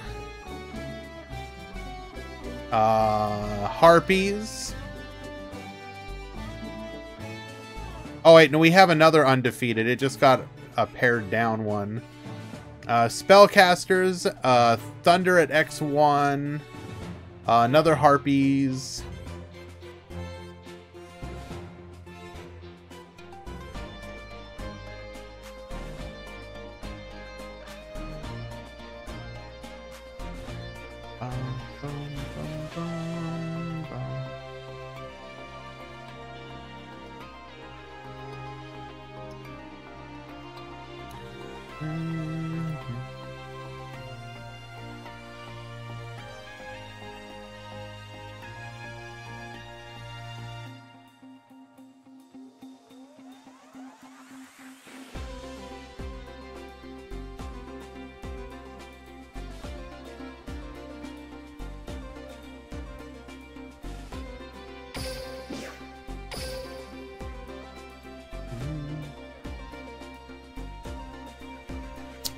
So, this round should probably go a little bit quicker just because there's going to be less matches.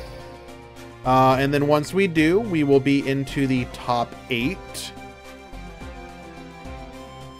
Which means, and those ones should go pretty quick as well. We probably have about another hour and a half-ish, I would guess, of matches. It might go a little bit longer than that. But I'm guessing an hour and a half.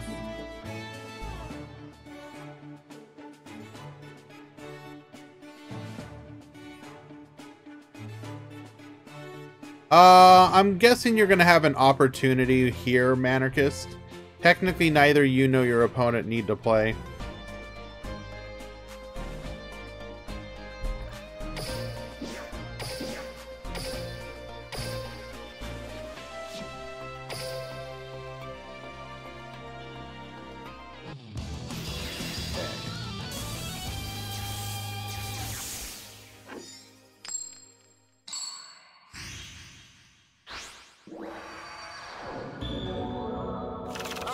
Whenever you are. Get ready for the rush! That does remind me, though. I have been meaning to ask the Rush duelists if they want to start earlier. Technically, I can start the tournament a little bit earlier. Going forward. By like an hour or so. I'll probably conduct a poll in the Discord and see. Okay, we got double back row here. We were able to push through 2 of these monsters, but we are ready for the crack back here. Going for the revive. No, we're going for the pierce. Yes, Thunder Gazelle. We are taking advantage of no cards in our opponent's hand, allowing us to pierce here.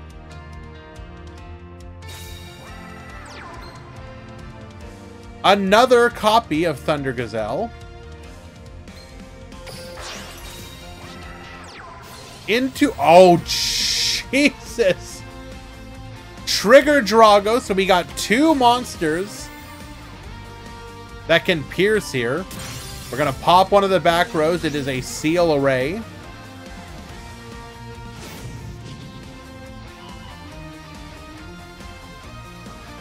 We do have the opportunity to get a lot of damage here. I'm not gonna do math, but this is probably not lethal.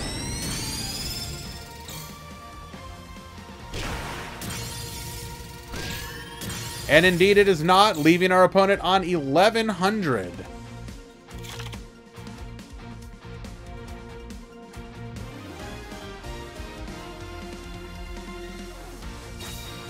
You are correct, 346.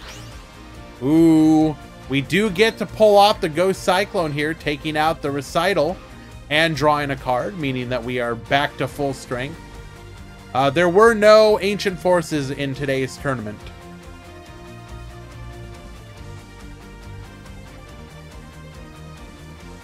Once again, here is the breakdown of the decks that were in today's event.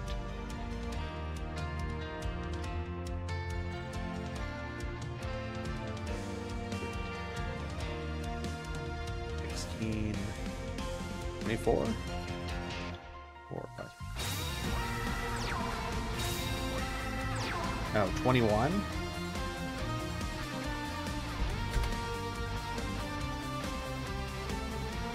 2, 4, 6, 8, 14, 20, 22, 23. I'm apparent. Wait, did I somehow mess this up? Yeah, only one Royal Rebel. The skill got nerfed pretty heavily. Am I incapable of math? I should have 23. 8, 11, 12, 13, 14, 15, 16, 17, 18, 19, 20, 21. How did I miss 2 decks? Do I really need to go back and do this again?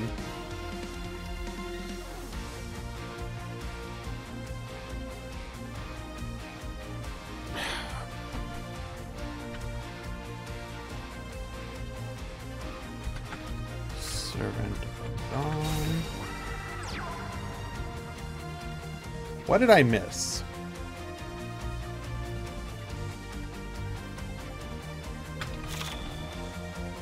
Maximum Rag Rock 1. Sorry guys, I want to correct this because I've obviously messed it up somehow. Maximum Overload. Maximum Ragnarok. 3, 6. Spellcaster and aggro.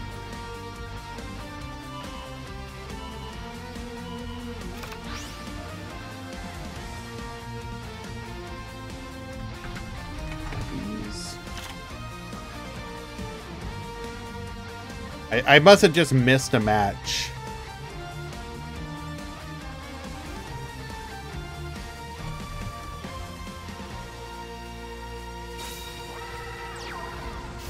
Easy! I'm gonna need you to redo it if you've already done it.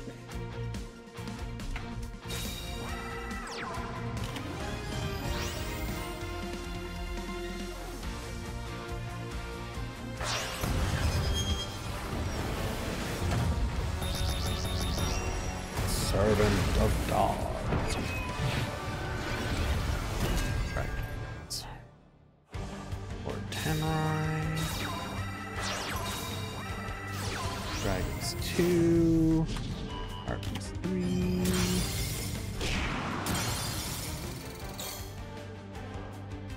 Thunder. Dragons.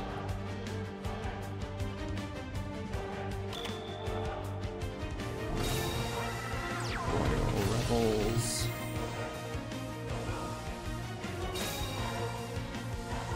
Dragons. And Harpy.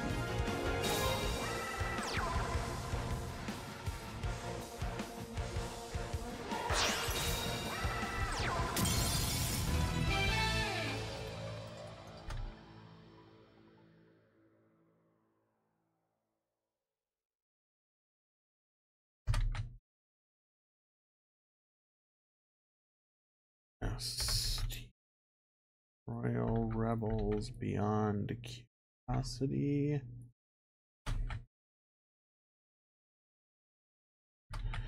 One, 2, 3, 4, 5, 6, 7, 8, 9, 10, 11, 12, 13, 14, 15. That is 23. Okay. There you go, easy. There's the updated one. Because I can math.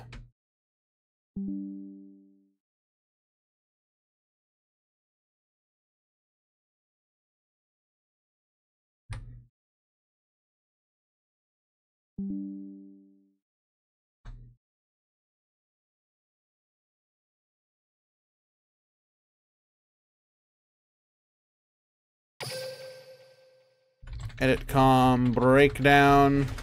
Okay. Here is the corrected one.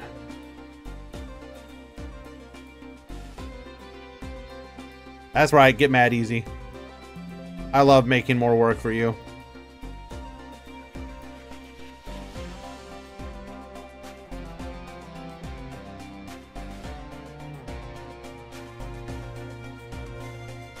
Okay, what did I end up missing? Let's compare them.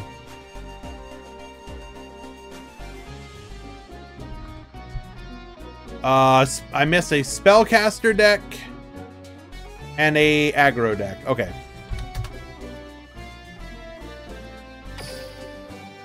So we got Rush L-Man up a game currently.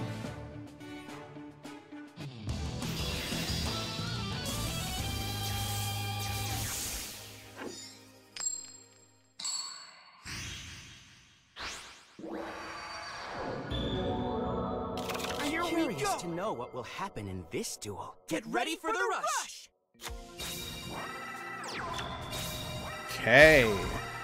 Pretty weak opener here for Brad, but keeps 2 cards in hand.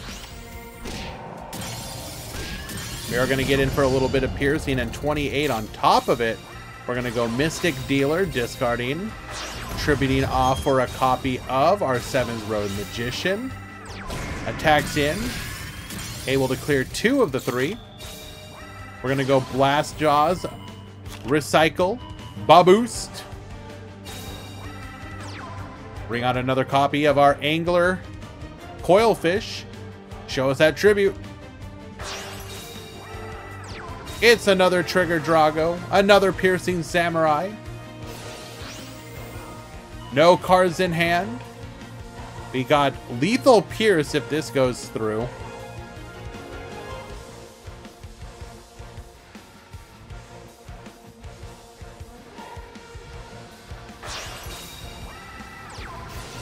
A second Trigger. So we are literally just dead no matter what our back row is. Incredible.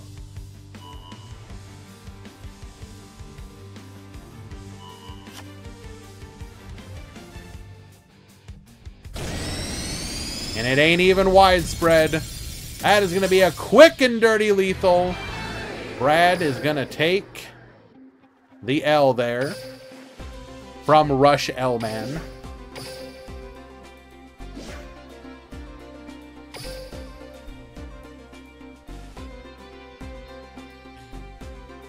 Okay.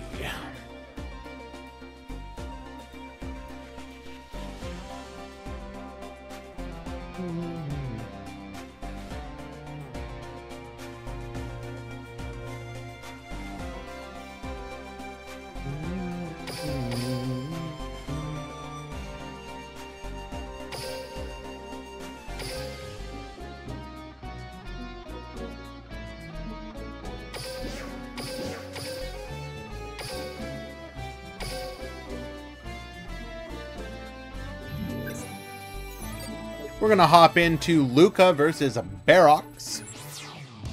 This is Maximum Overload versus Maximum Ragnarok. Who can maximum harder? I'm curious to know what will happen in this duel. Get ready for the rush! Please stay away from the microwave oven. What?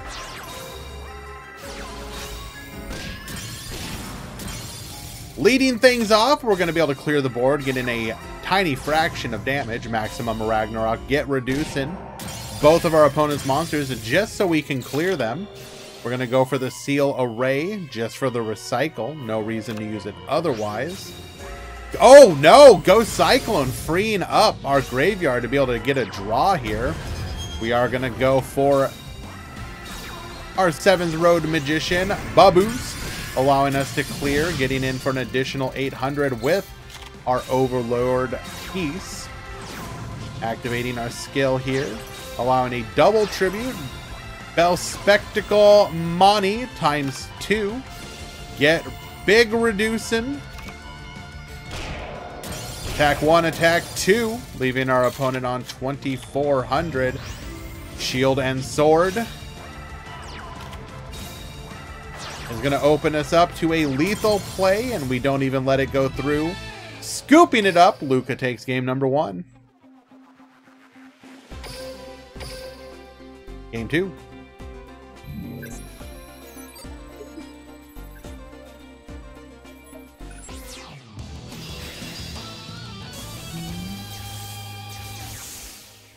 I tested Maximum Ragnarok the past few days. Quote, Dex so ass.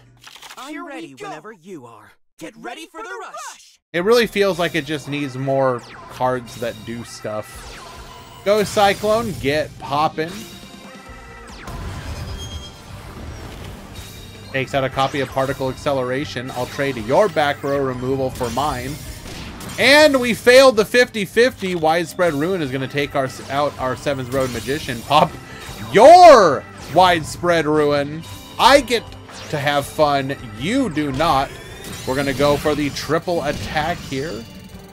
Putting our opponent on 1900 damage. Activating Maximum Overlord here. Or Overload. We're going to be able to clear 2 of the 3. Pass back to you. Using our skill. Get Reducing. Bring out the Bell Spectacle Monty. Further reduce our opponent into a... Okay. Okay. There will be no yours. Thank you. Tying things up 1-1. We go to game 3.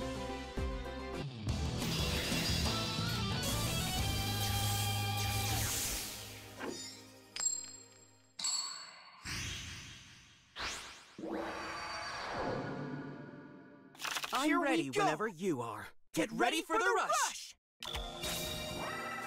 Okay. Particularly weak opener from Barox here.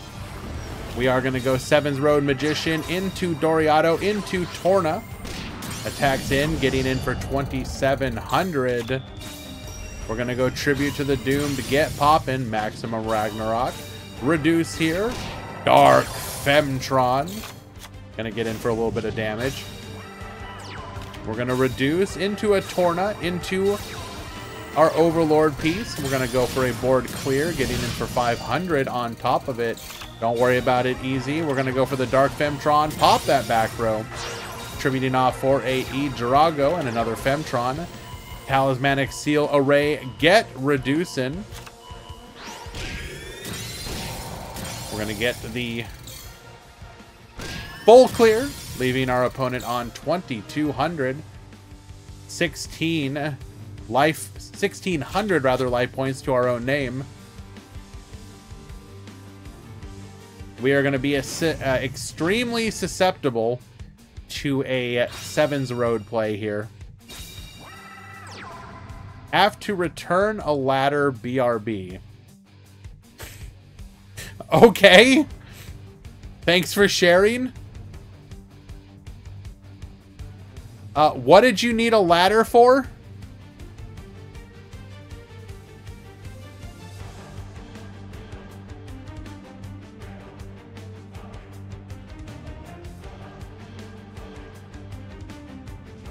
Move.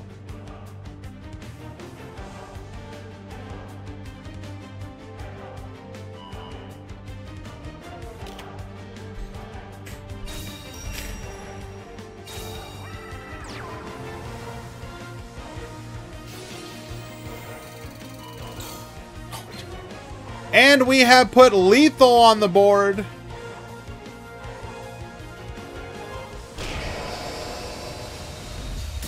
That is going to be just enough to push us over the finish line. Luca takes it in 3.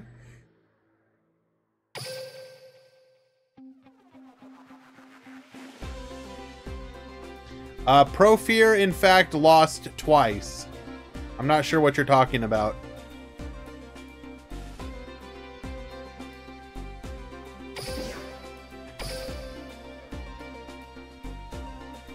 Hello, cat.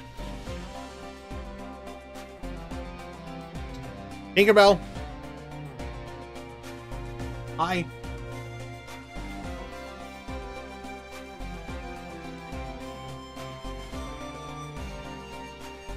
And goodbye.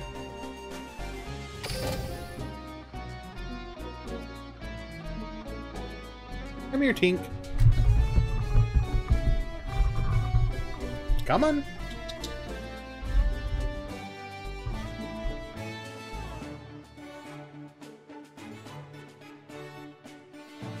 Hi.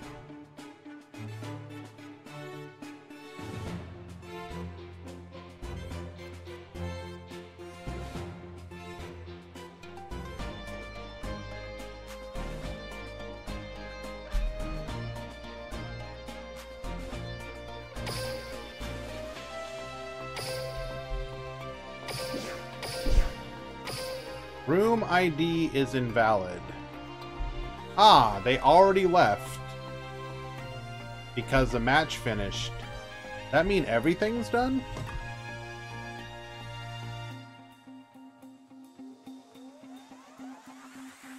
She has instantly claimed her space.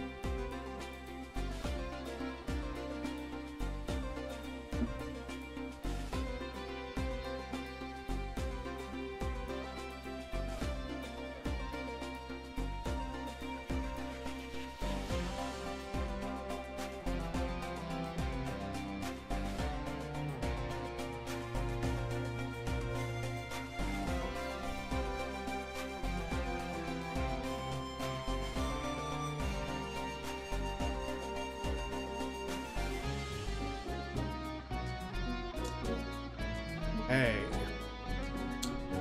So, let's go to the... check the standings here. So it looks like it was in fact all just X1s. So we can go to the top cut.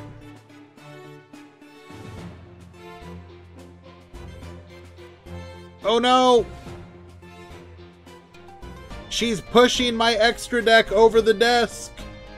The Raid Raptors have been lost behind the desk! The X2s have been lied to.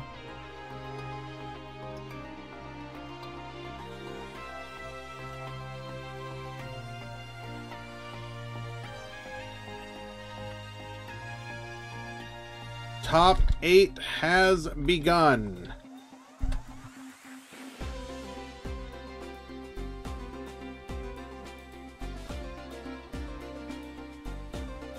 Tinkerbell challenges me to a duel.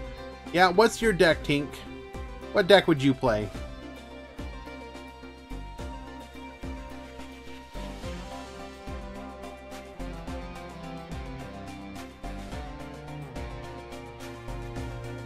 I have 24 minutes until my flat burns down. I apologize in advance if I have to leave a few minutes between... Yeah, if you need a moment, just mention it in chat, Manarchus.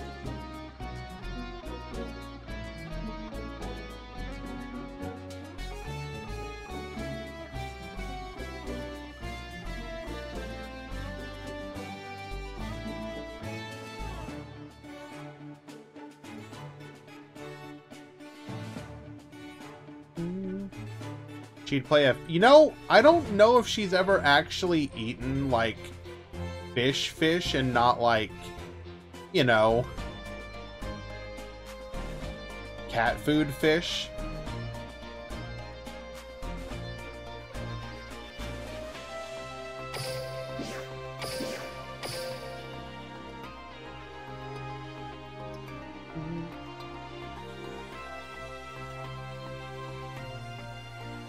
Hello, Acetone! What's good, gamer? I mean, can you call a flat a house, though? Is it really a house?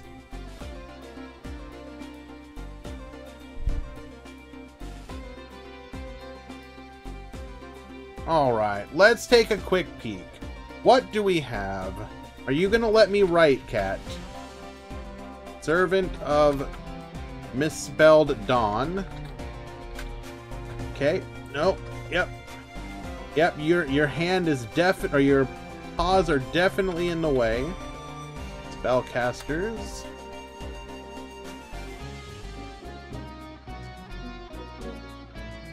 I'm aware what a flat is, PTRG. I was making a very bad joke. Easy, I thought you were returning a ladder. Why are you still here? Did you lie? Here we go! Get ready for the rush! Jeez. Bro.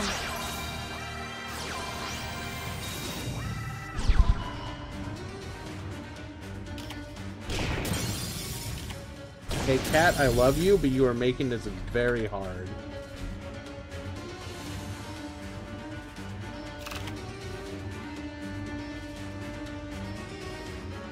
Ooh. Very interesting. Very, very interesting. This breakdown, I think, is going to be quite telling. Well, as much as it can be.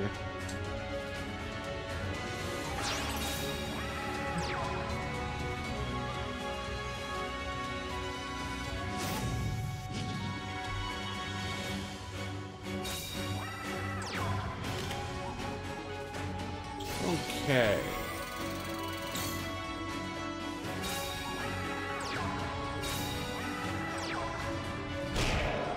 Pink, you do realize you are making this, like, beyond difficult.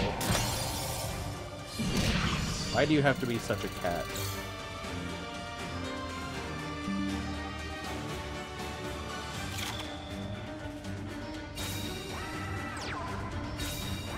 Okay. No, not Fallout 4! Why are you playing the bad one?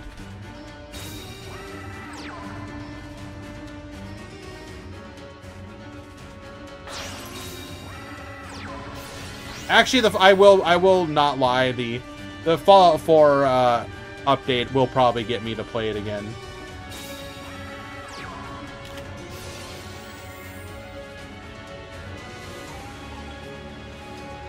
In the top 8, we have 3 spellcasters, 1 aggro, 1 harpies, 1 maximum overload, 1 servant of dawn, and 1 thunder.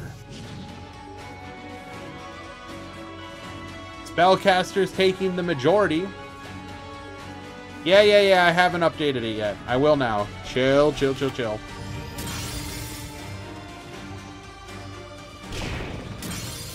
Is spellcasters the new way? Servant of Dawn, one of the newly updated skills. We are in fact watching that deck right here, being played by Manarchist, which is essentially another form of aggro, just with attack buffs.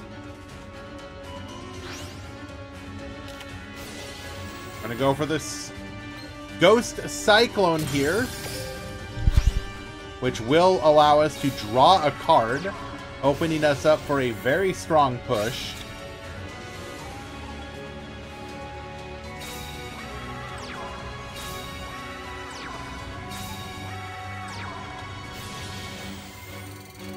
Light Sorcerer, get reducing any boss monsters. Show us a 7's road. No! We will not be able to capitalize this in the way that we were hoping to. However, Manarchist will be given an opportunity for the crackback. Hello.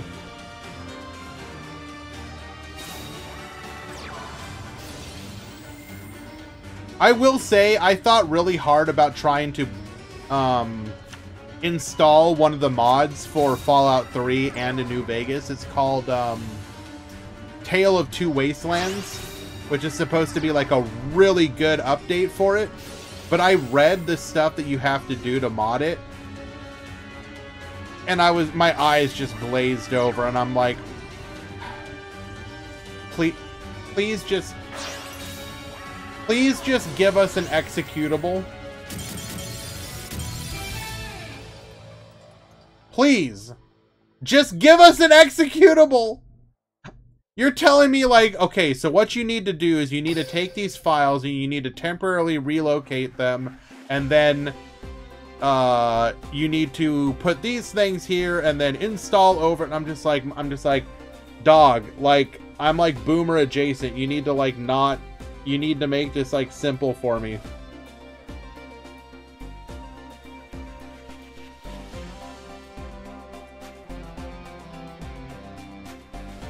Game number 1, going to Manarchist. Hello, by the way, Bentai. Modding is just Yu-Gi-Oh! But so I'm going to Ash Blossom the download, and then chain Droll and Lockbird. Here we go! Get ready for the rush! Illegal activation. Okay, triple set with one back row. Top 4 is Snake Eyes, Fire King Snake Eyes. Is it Pure Cash or Cash Snake Eyes?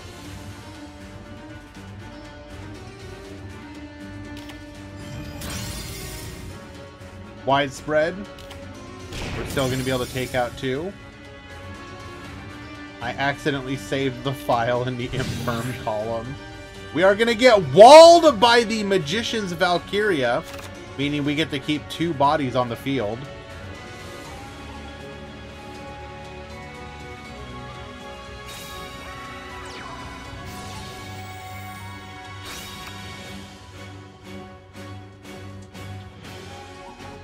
More like Servant of...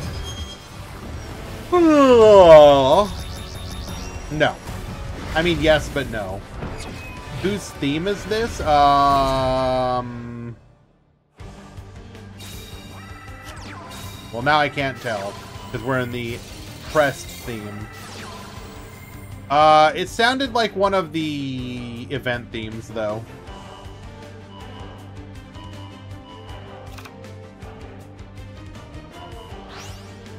Why are we playing Dinosaur? Allows you to trigger the Servant of Dawn skill. It gives you access to a boss monster in the Giant King Rex or whatever that can resummon a Mega Zowler or any of your other normal dinos. And if you resummon the Mega Zowler, you can use the Servant of Dawn skill to boost it up to 2400. You have to play a certain threshold of like level 5 plus normal monsters. And it basically tries to turn that into a benefit.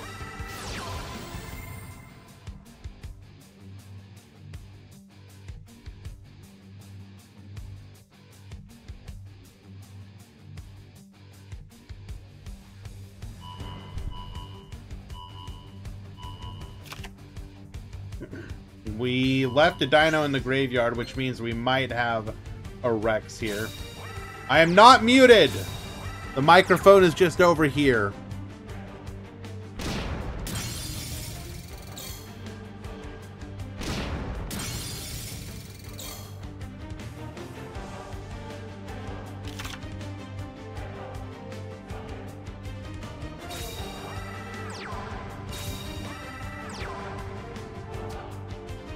We do have the ability to reduce by 900 here. We are critically low on life points.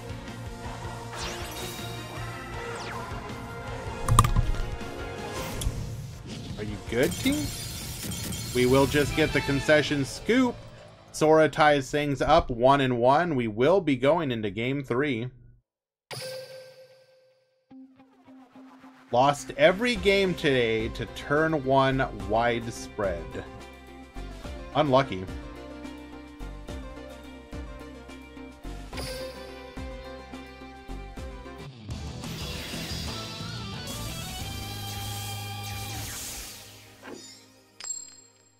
Well, regardless, we appreciate you participating in today's tournament, Tomato. Here we go. Get ready. To all the participants, I do appreciate it.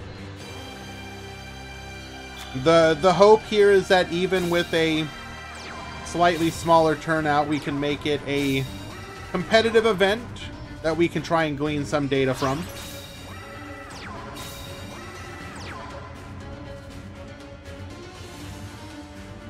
The modified round to top cut schedule was able to work out quite nicely today.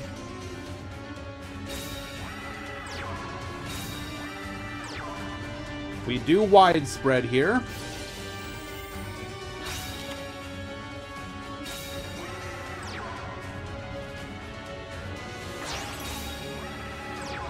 Well, hopefully we're going to have more content now.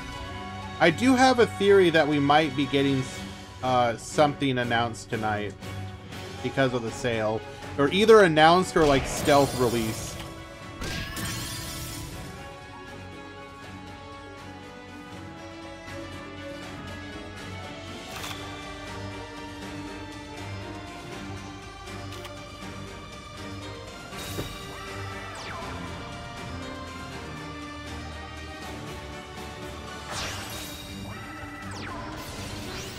There's the Super King Rex.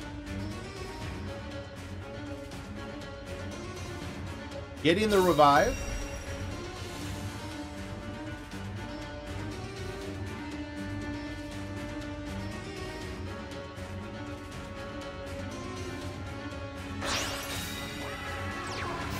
A second copy of Super King Rex, milling the Mega Zowler.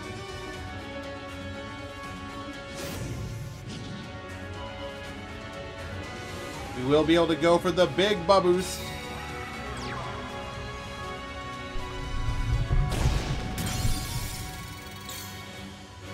No response from the attack. It's all gonna go through.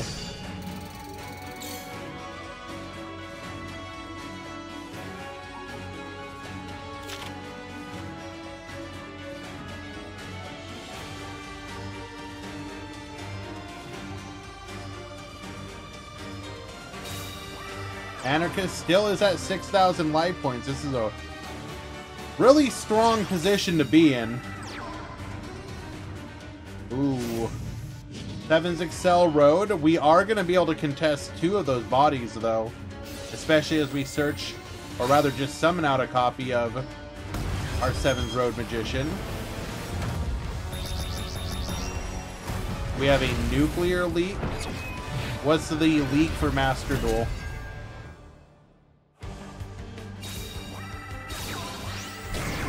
Goes for the Baboost. The attacks go through.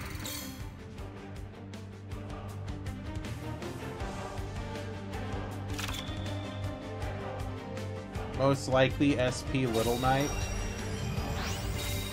Okay, hold.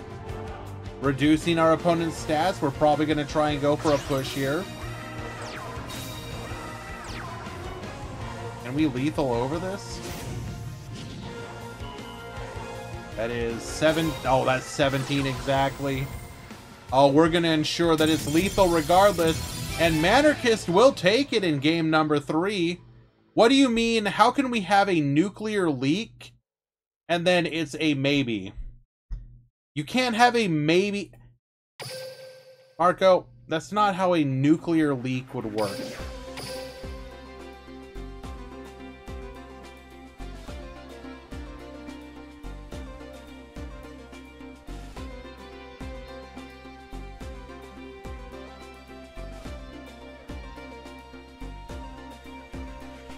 I mean, that would be an insane leak. I mean, not insane. I mean, it would be game warping, especially if they don't intend to hit Snake Eyes. But my guess would be you'll... I'm actually torn. I think they might not hit Snake Eyes as much as they probably should.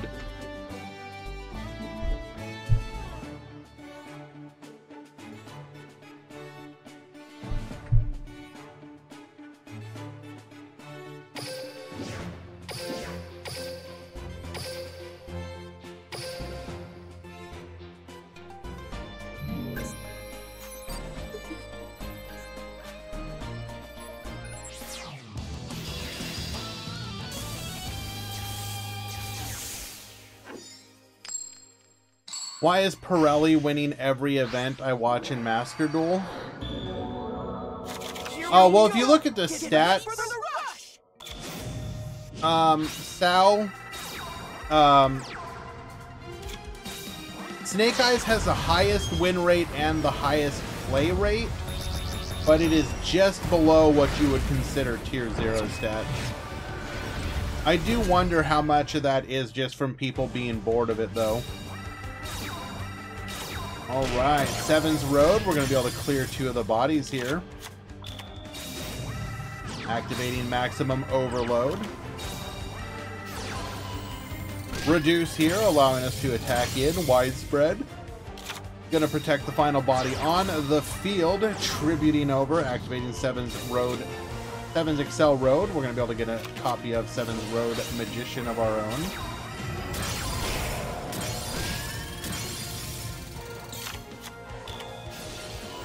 Go Cyclone, pop the back row. It is irrelevant for the moment. Would have been maybe good on the crackback, get reducing.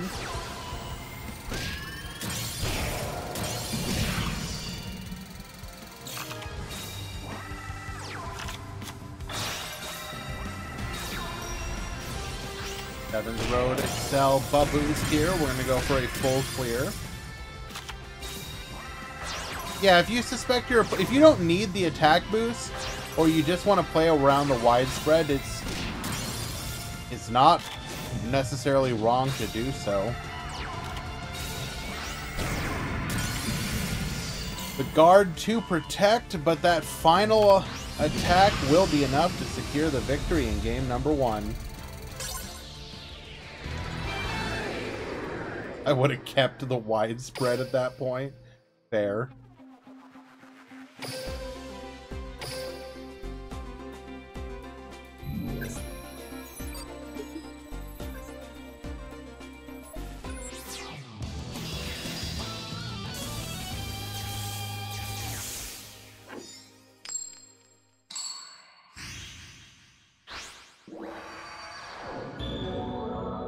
Here we go! Get ready for the rush! Okay. I'm gonna go for the Mystic Dealer here. One face down, which could be a Seven's Road or a Witch. It is a Seven's Road. Forced to go for the crash on the Mystic Dealer. Oh my Jesus. Turn 3, dropping the Magnum Overlord.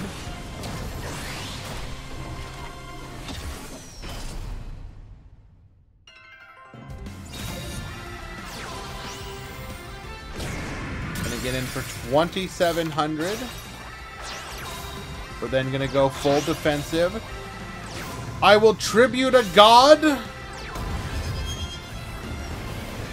Tributing over with our Torna just to get it off the field so that we can start putting pressure on our opponent once again.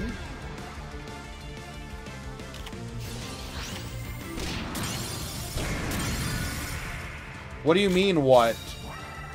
The other option was to not be able to get to our opponent's life points. I mean, if you... Okay, not using the Torna was a decision. We're going to go Ghost Cyclone, hits the back row. It was irrelevant to the moment, although you're still going to get rid of it. Seven's Road Witch, Seven's Road Magician, Baboos. Clear 2 out of the 3, putting our opponent...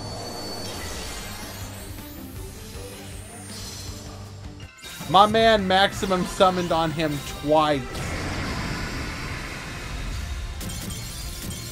The absolute disrespect. And it does look like we went to the edge break. Good timing. The 2-0 victory for Luca. Well done.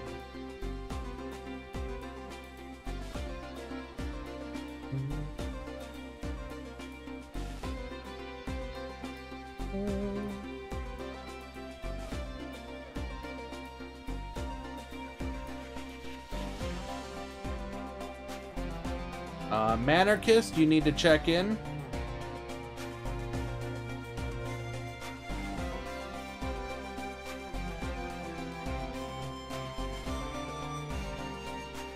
Manarchist, if you're here, you need to check in.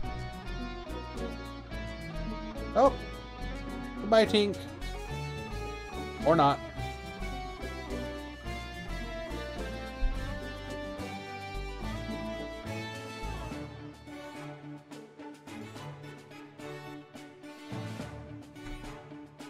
Check in.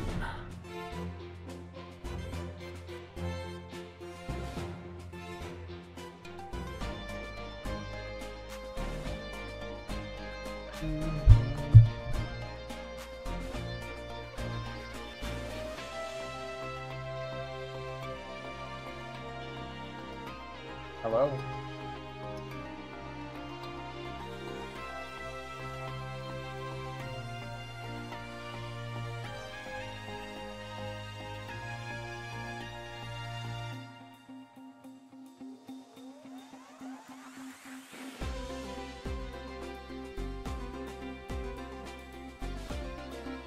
Can Tinkerbell do any tricks? She will fetch like a dog.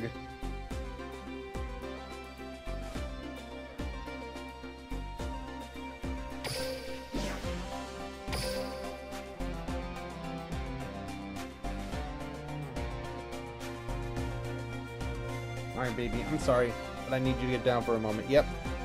Yep.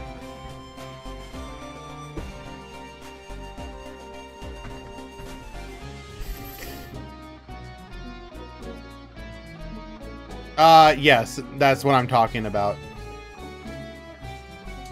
Alright, looks like Pro Manarchist has shown up. So in the top 4, we have Aggro versus Servant of Dawn and Spellcasters versus Maximum Overload.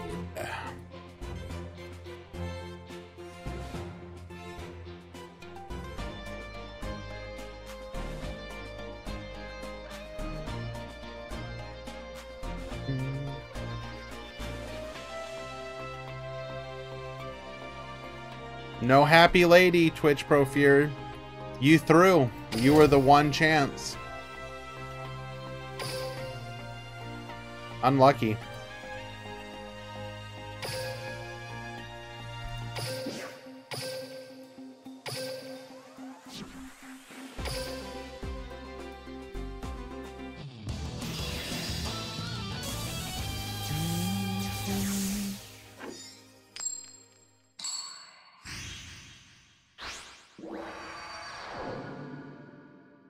And she's back. Get ready for the rush!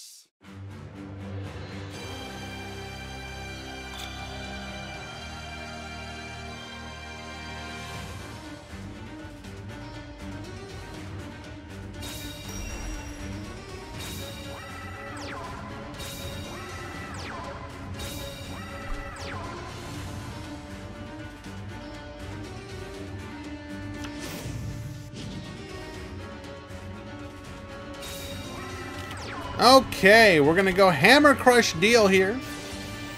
This is new aggro versus old. Popping the back row, it is a Talismanic Seal Array. Get that out of here. Tributing off for an Ancient Arise Dragon. We're then gonna go for the Archfiend Soldier. Get Baboostin. Getting in for 1100 and leaving one body on the field.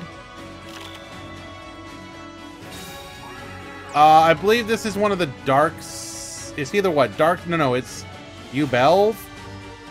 I think it's the Ubel. Dual field. Super King Rex brings back the Mammoth Graveyard. Tributes over for the Mega Zowler. Set 1, set 2 in the back. Activate Servant of Dawn. Baboost! We're going to be able to beat over both of these monsters. Hello, Valk. Welcome, welcome. All right, we have recovered. Mega Zowler, Super King Rex on the field. Our opponent, a brand new hand of 5. Contend with this board. You're watching Rally. I heard that this ban list did nothing, and Fire King is in fact still the best deck. Ooh, DB Grinder in the finals. Very nice.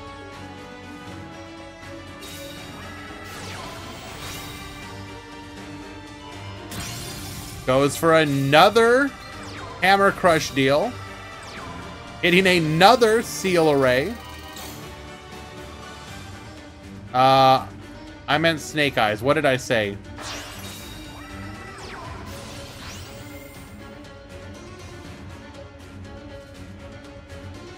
Fire King. And Widespread Ruin is just going to seal the deal. Manarchist takes game number 1. Yes, I meant Snake Eyes.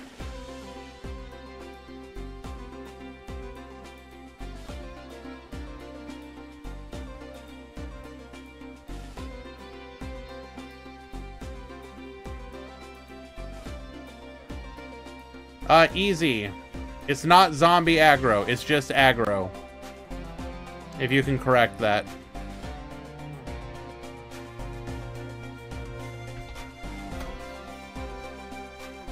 Thank you, bro.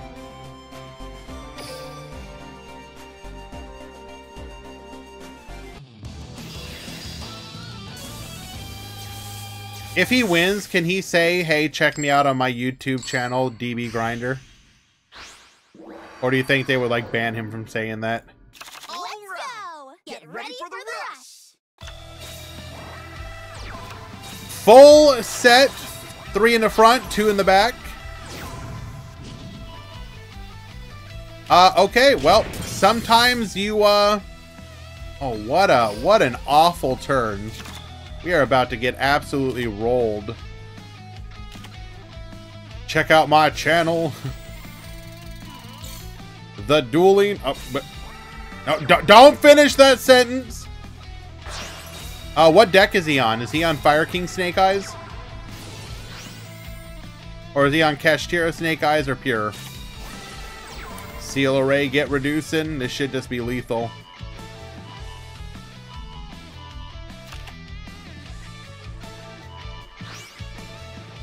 Pack it up! Gozu repays the favor in kind.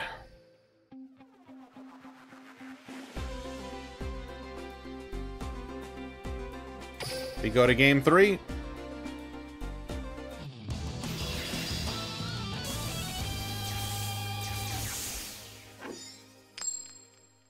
Versus Lab in the finals? I mean, congrats to Lab for making it.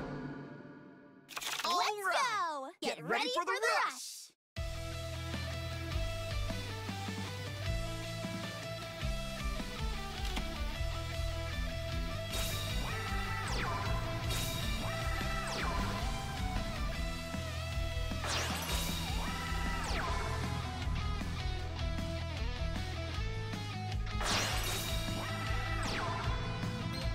Goes for the Super King Rex here. Gonna be able to revive the Mega Zowler.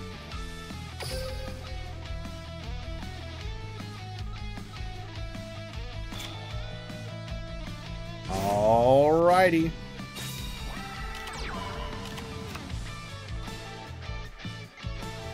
Hammer Crush deal, meaning that we now can contest 1 back row for free. If and when Manarchus plays one. We are going to go full defensive here. Does Manarchist have any way to get at our opponent's life points? Other than just Unga aggro. Super King Rex number 2. Gonna be able to revive the Mega Zowler once again. Sets 1. That's just gonna be bait for that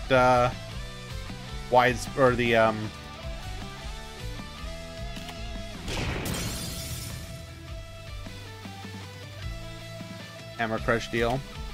Went brain fuzzy there for a moment. Widespread Ruin. Gonna be able to take out that Super King Rex and give us another turn.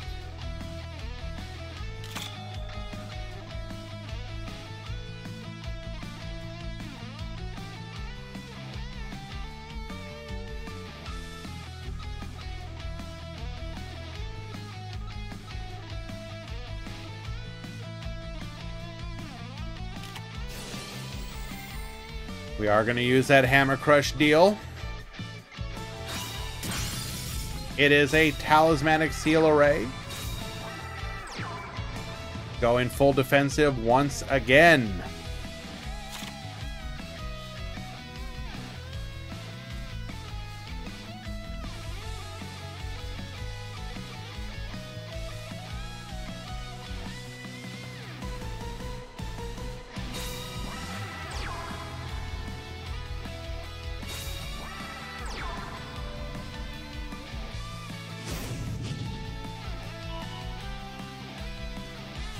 Boost up the Gazelle.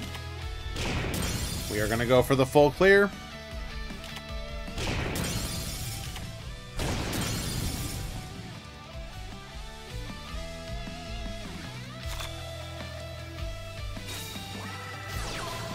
Go Cyclone. Snipe that back row.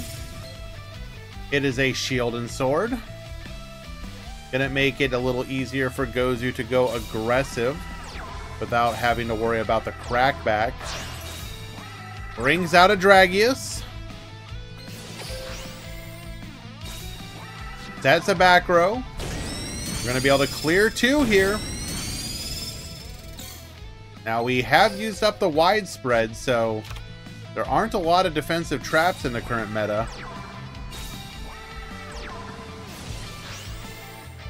Reduce the Dragius.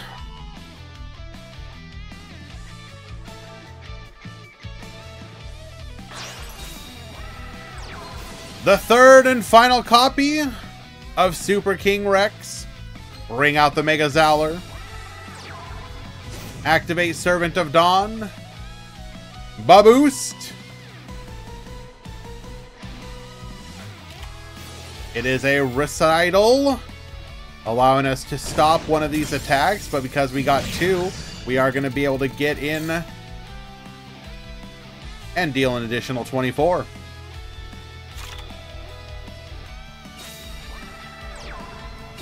We're going to go Light Sorcerer into Sanctity, opening up the possibility of a double reduction. A Dragius here could potentially clear the 2 bosses. Thank you so much for doing the top 8 easy. You know how much I appreciate that you do that for each and every tournament.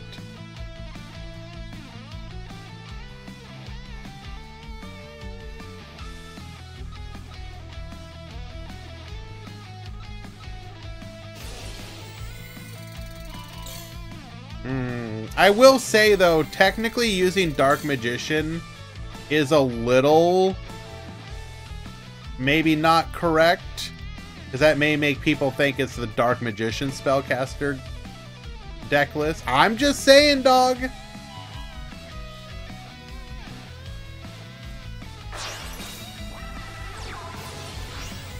All right, we are going to go for the double clear. Show us widespread.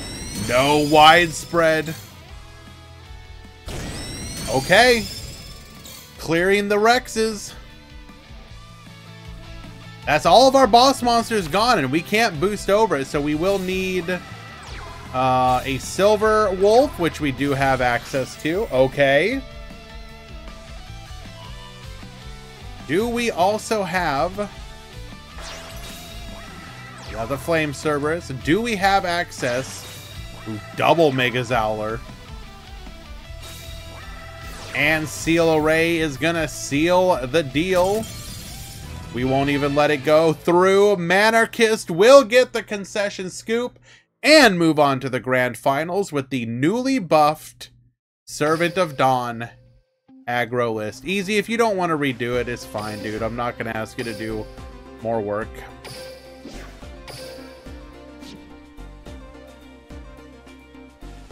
It's just for the future, it might be better to use like Seven's Road Magician or Seven's Road Witch or something like that to represent it.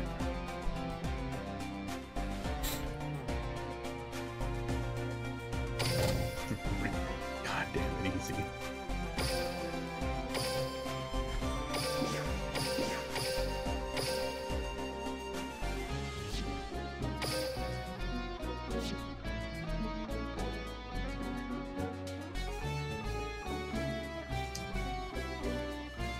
All right, looks like we came in time to see the final match.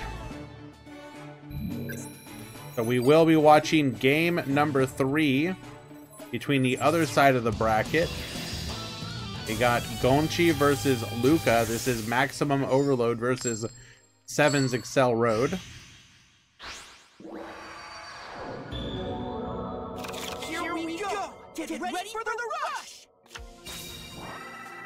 Setting 3 monsters, 1 back row. Using our skill here, we're going to be able to go for a Seven's Road Magician, Mystic Dealer. Discard draw, we're going to Baboost, milling another copy of our Seven's Road Magician. Leave one on the field, pass the turn, Mystic Dealer of our own, discard, draw, Tribute over. Going for the Torna, we're going to use our skill. Talismanic Seal Array, get Reducing. Then go for the Light Sorcerer. We are going to be able to full clear the board.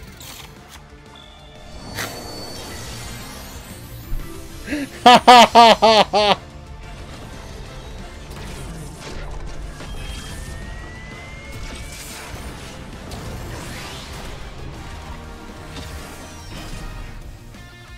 And you made the mistake of dealing some damage to me.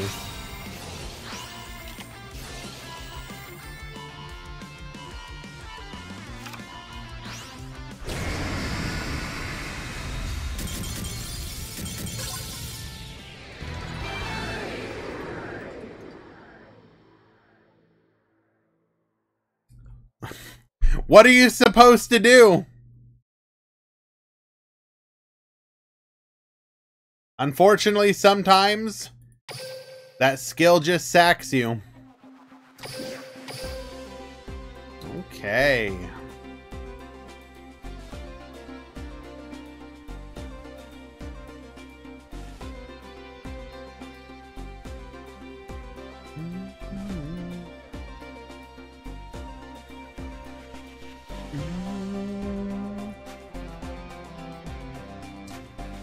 We can go ahead and do a prediction.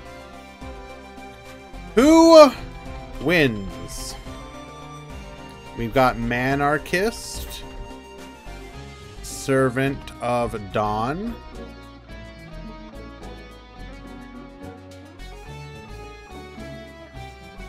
or Luca. It is Luca, right?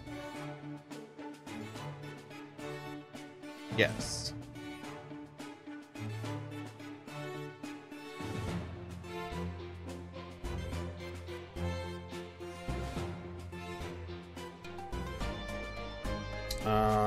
Maximum overload. I'm going to go ahead and give you 5 minutes, but I'll cut it short.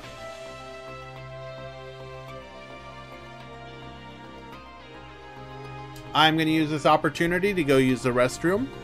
When we return, we will have the final match.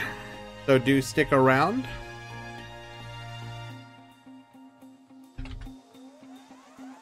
Be right back.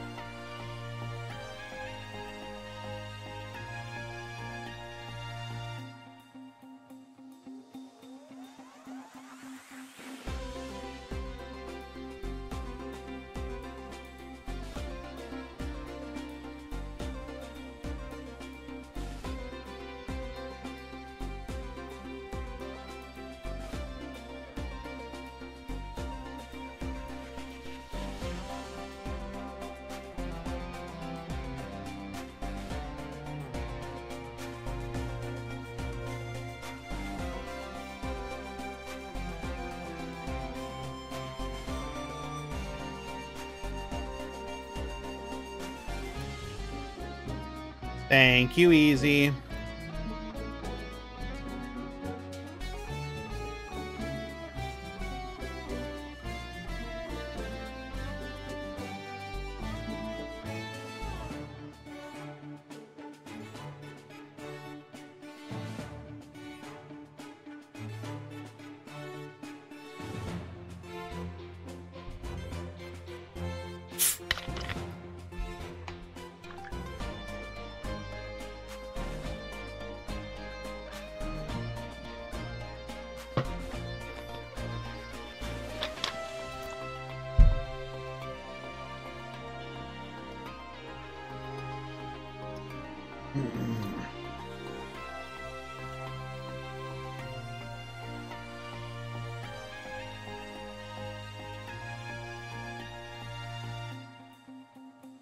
I'm sorry, Easy. Did you use Paka Pakachu for Servant of Dawn?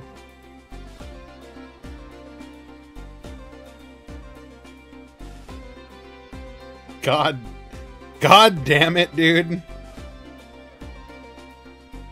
Every single time. Every single time.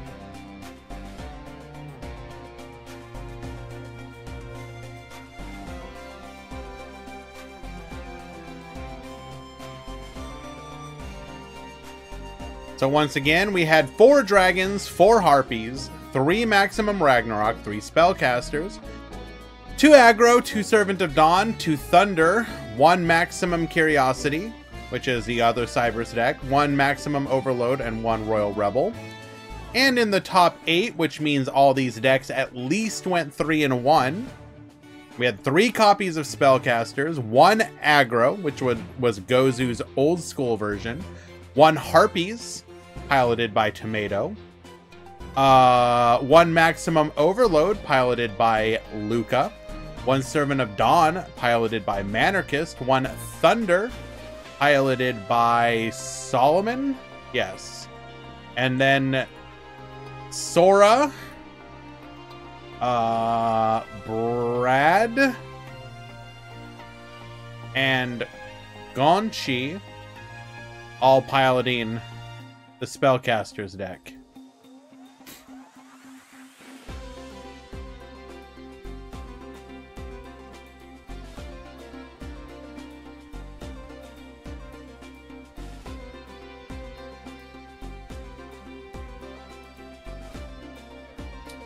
We are going to go ahead and end the prediction. Wait, nope. It has already ended on its own. Okay. Looks like 78% of you believe in Servant of Dawn. 22% of you believe, or rather point-wise, believe in Luca on Maximum Overload. Well, we're about to find out.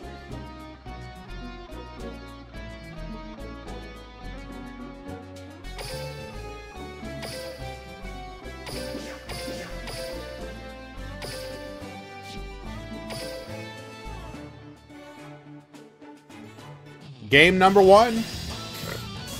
Hello, Giran. You've got the newly buffed Servant of Dawn versus Maximum Overload. Here we go! Get ready for the rush! Activating our skill, putting the piece to the bottom of our, or rather, back to the deck. We're going to have 3 on the field. Super King Rex, bring out the Mega Zowler. We're going to attack in, clearing 2 of these bodies. Pass back to you. Maximum Overload once again. Get reducing. Bring out a 7th Road Magician into a Doriado. Get Babusin, allowing us to attack in, clear, putting our opponent down to 3,800. We're going to go Vorse Raider into Mega Zowler. Not a great sign when you're going this route.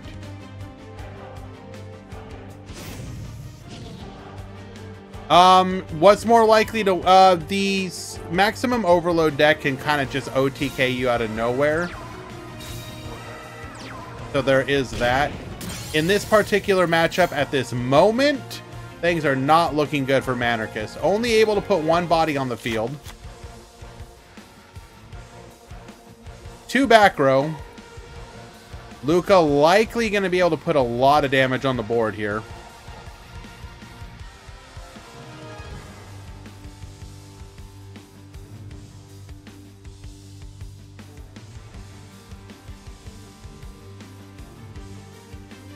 Now, in a lot of situations, these back row aren't even true and proper back row, just because the game is extremely offensively based right now. Now, that is a rush thing in general, but during the winter months, we did see a period of time where the game was very... Ooh, going for the maximum summon here. The game was very much more defensive based, where like the numbers for attack and defense and attacks and the traps modifications of those attacks were so tight that you could actually play a bit of a defensive game. Not really the case anymore.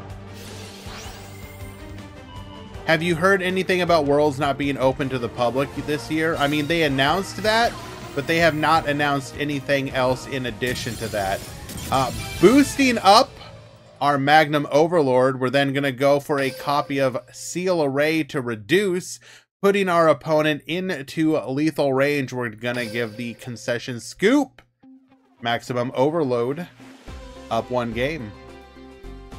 So in the tweet, I believe Konami said, stay tuned to find out how you can support your favorite duelists at your local OTS or whatever, authorized game store, whatever. So basically, I don't know if they're gonna like... The cynical part would be something like, you can vote at your store or something like that. The one cool way they could do it is try and organize, I guess, watch parties at a store. But even then, that's unfortunately not quite the same as actually being able to go there in person. A lot of people were disappointed by that. All right, Luca going very defensive here, but only 1 body on the field.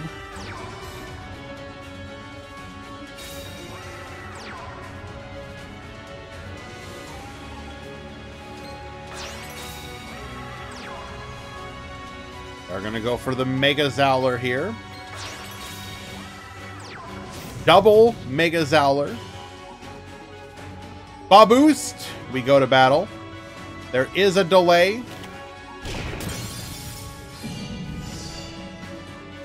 That delay could be a widespread ruin, but we're willing to take the damage because we're still high life points, and it helps make our maximum even more deadly.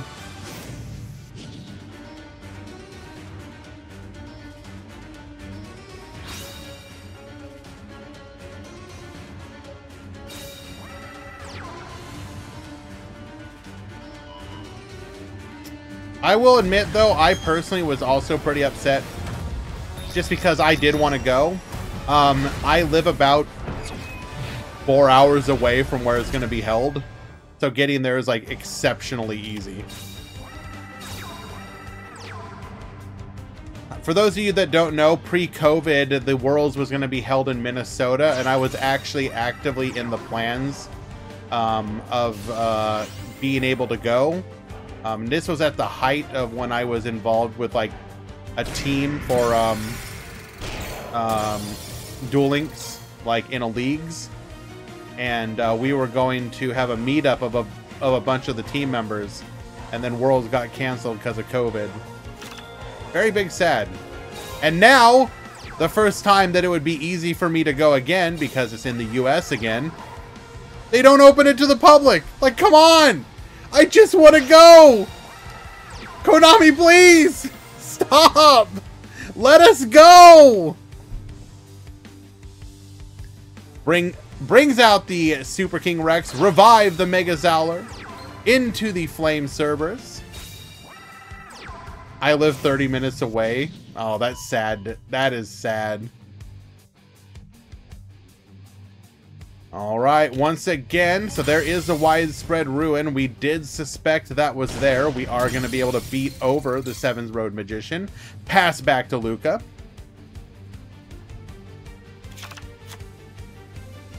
We need, this is the critical turn. We need to survive.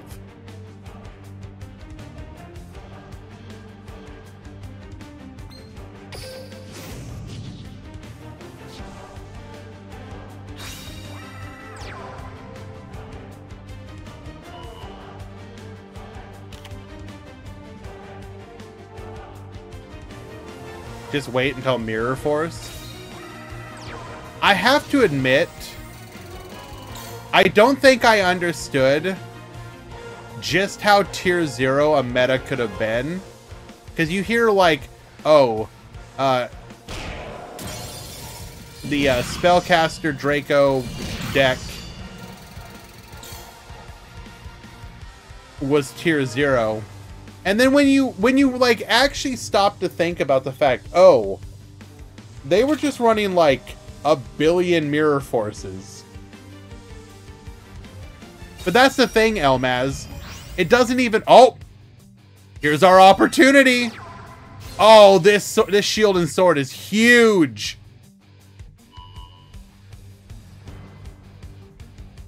It doesn't matter that it's limit 1. You resolve Mirror Force, you probably win the game in Duel Links.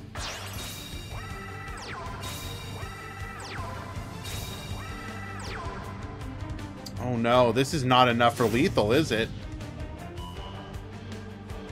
Wait. No, it is!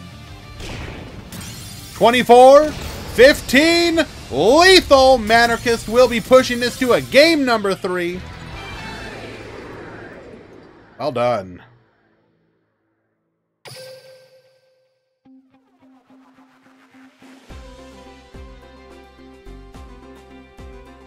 Yeah, I don't understand how... I do not understand how Mirror Force would not just be, like, GG for whoever resolved it.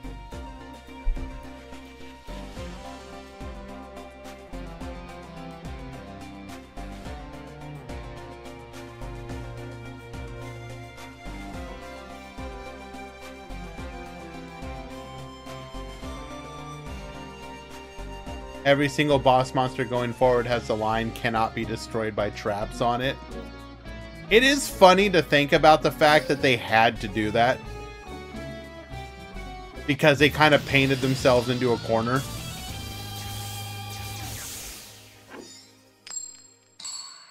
I don't mean that in a negative way, like, it is what it is. Here we go! Get ready for the rush!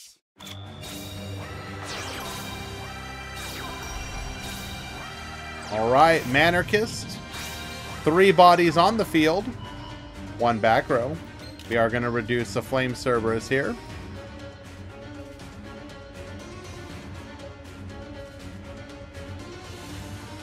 Yeah, just jump straight ahead to Metageus.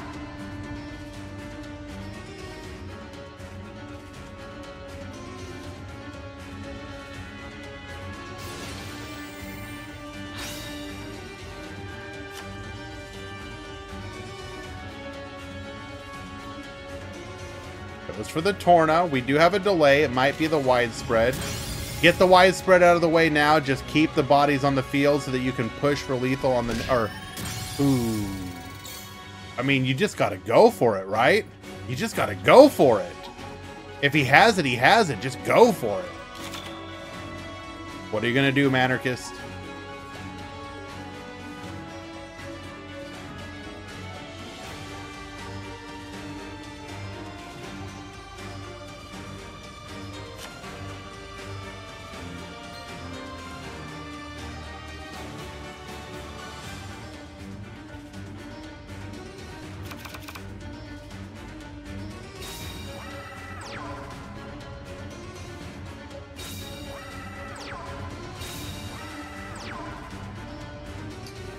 Okay, we're gonna play it slow. Takes out the Light Sorcerer, sets 2 back rows, sets another monster face down. Pass back to you. We are gonna be able to go Cyclone here. This will net us a draw. Takes out a Talismanic Seal Array.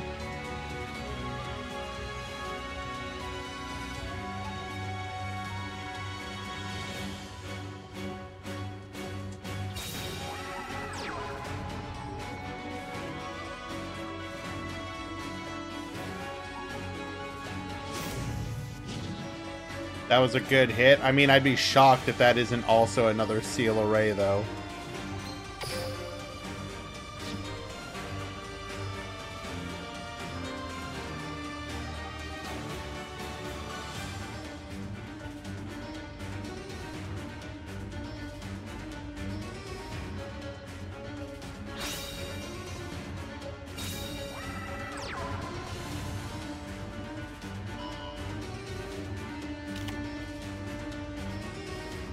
There's a Mystic Dealer. Ooh. Ooh, this is another opportunity. Now, we have not... Luca has not used their widespread, so we could be sitting on one. This is another opportunity.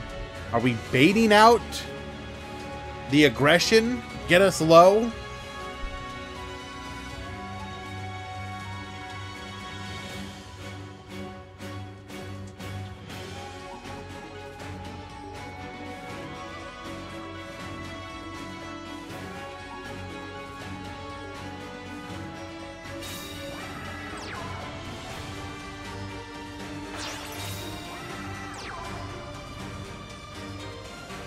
Still playing it slow. There is a delay. We will take the damage.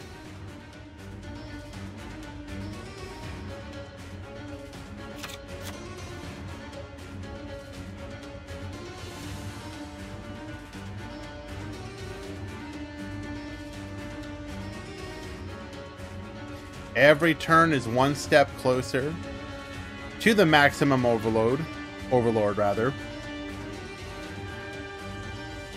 We are playing a dangerous game of wanting to make sure that our opponent will not be able to lethal us through it. Keeping our life points as close as possible.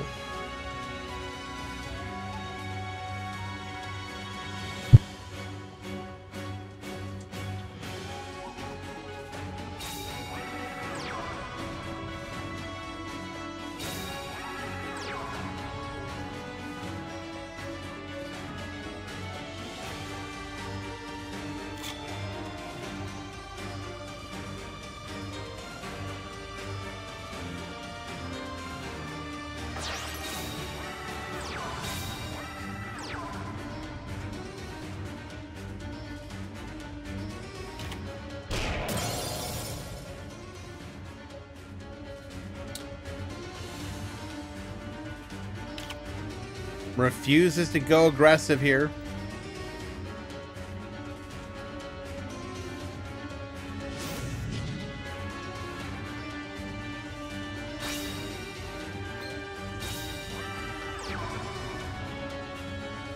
I'm aware, Sal.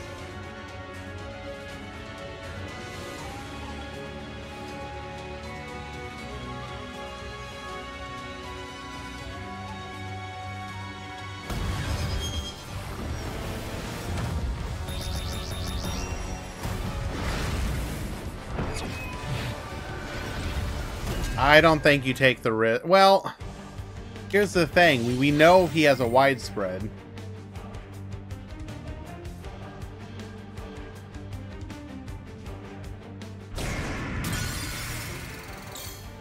Puts our opponent down to 3,600.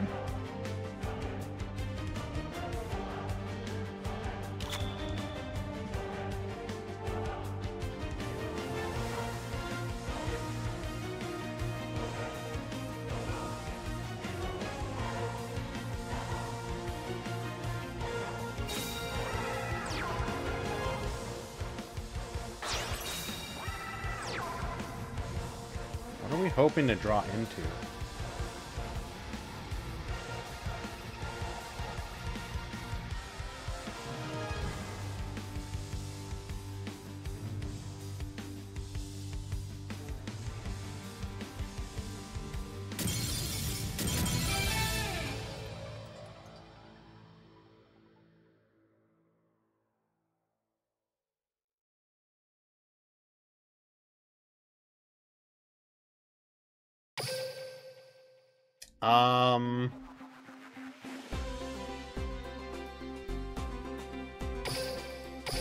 Did we run out of time? Like, no shot, right? It was just a DC.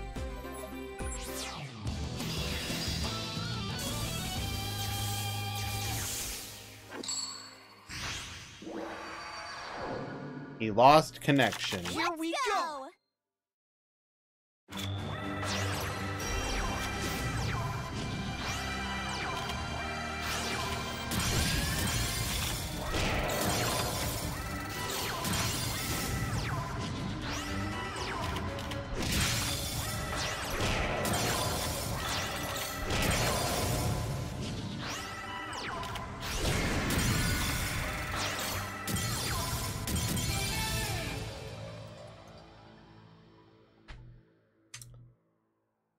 Unfortunately, the nature of the beast.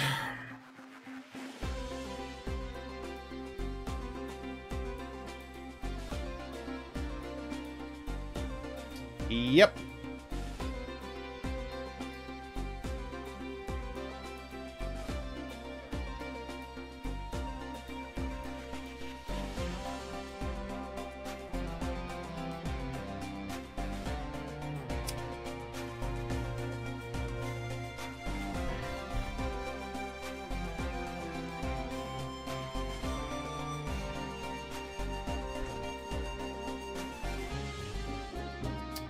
Currently in conversation with them.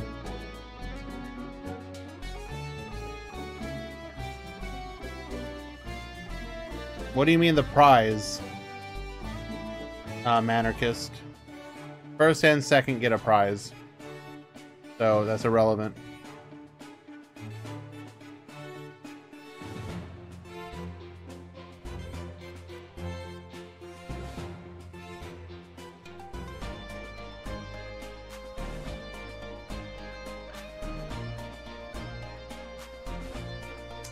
But I am...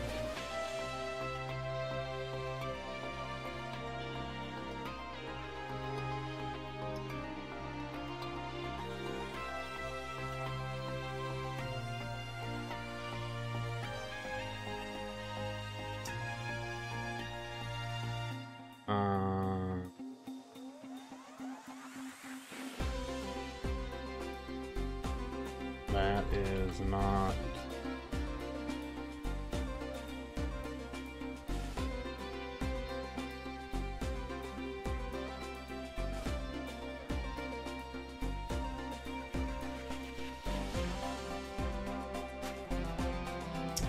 Unfortunately, via our rules, we can't go with what is.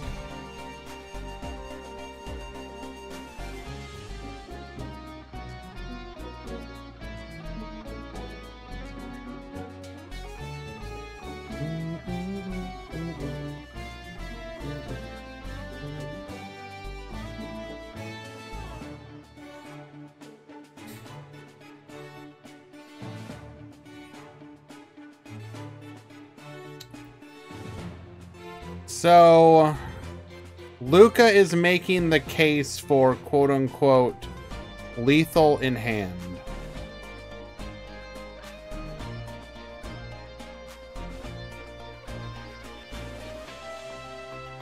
Saying, quote, I can flip with wind and go for maximum. I have head on top. Can flip with whatever monster and beat him.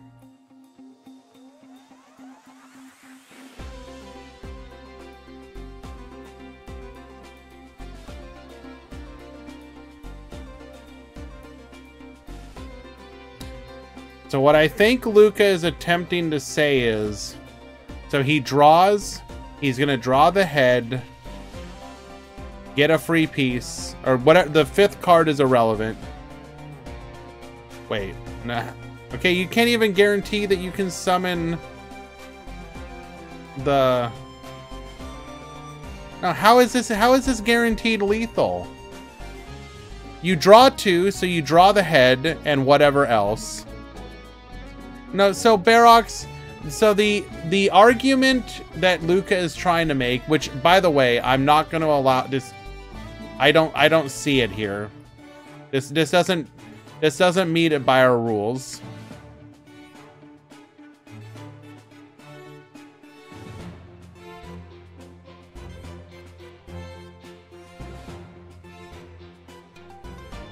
Okay, Luca, stop typing in all capital letters, dude. I can read it. If you do that, that's... I can read what you say without capital letters, my dude.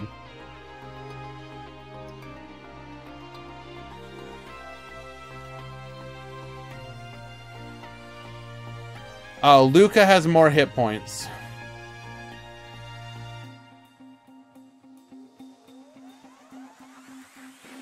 If I'm not mistaken.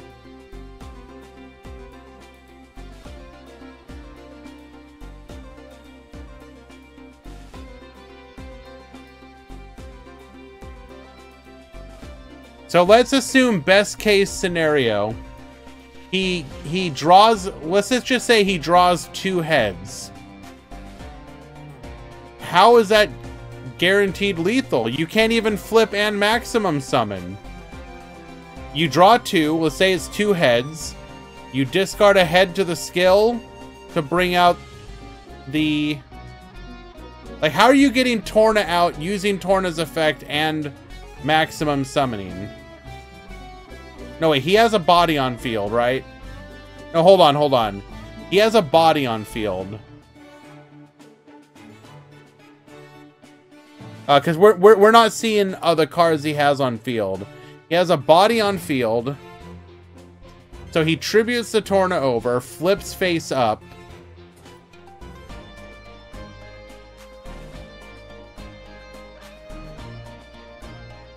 So Torna flips up. I'm pretty sure, Manarchist, you could tell me the 2 sets. Okay. So let's assume, Manarchist, did you have nothing but Mega Zowlers? Because I'm pretty sure you tributed every single slot.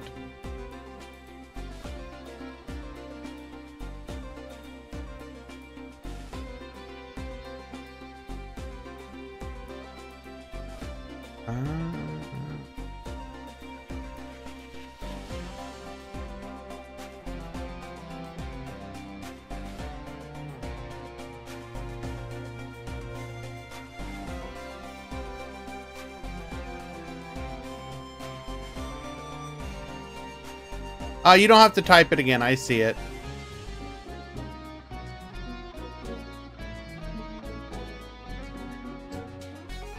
Okay.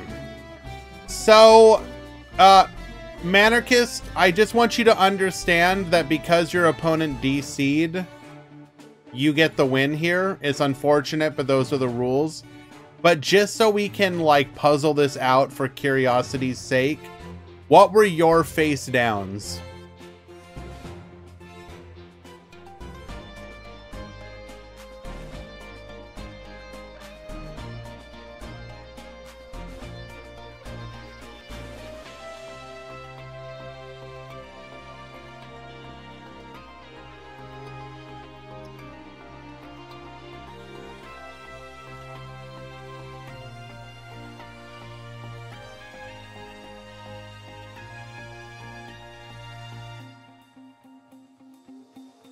No. What were your set monsters?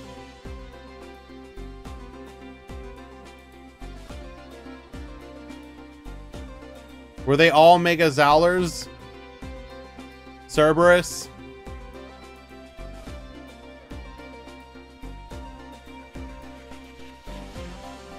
All 3 were Zowler. Okay. So...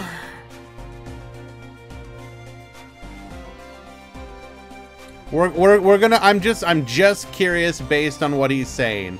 So he says he has access to Talisman. So he flips your Zowler face up, tributes Torna over, Torna effect, discard a card, flips the Zowler up. Talismanic Seal Array puts your, or actually no, he would maximum first, use the maximum effect to gain half the attack, so it would be, what? It would gain 900 attack. Then he would Seal Array, reducing it by, what?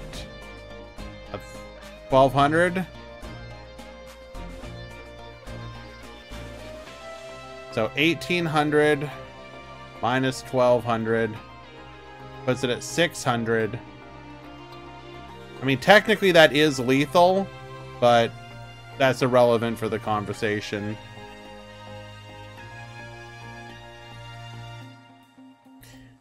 Like, I know that it sucks for Luca,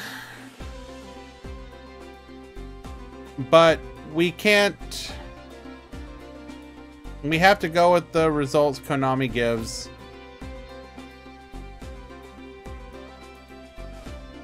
It's not about the maximum flipping. He has Torna in hand. You can see Torna.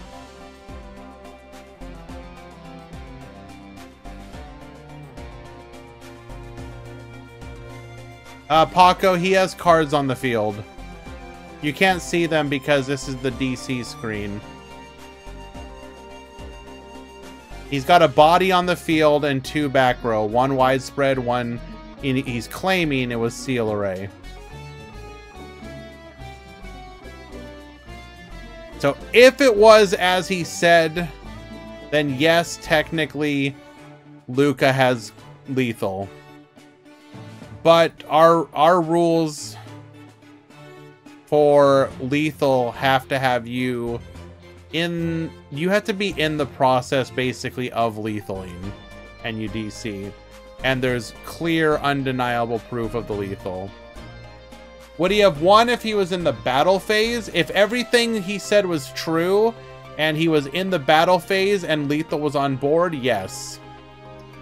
We have the rule called clear lethal. It is from the days of DLM. If there is undeniable lethal on the field.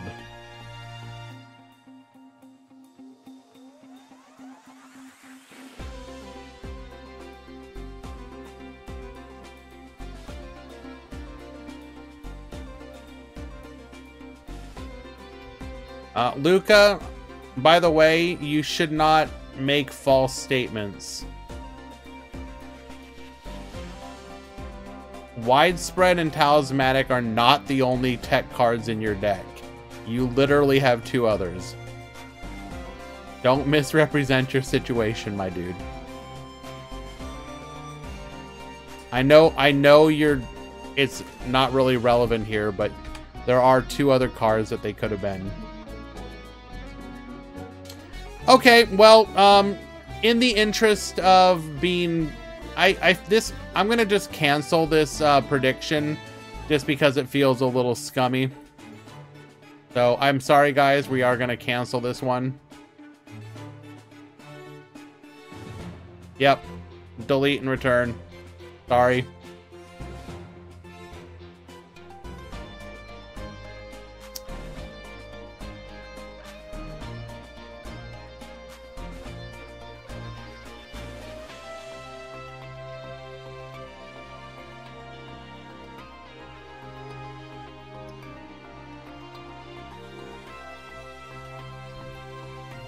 I understand this feels bad, but we can't have different rules just because it's final. While it was likely to be lethal, our clear lethal rule is the same as DLM, which means you need to be actively going for lethal with no possible disruptions at the time of DC.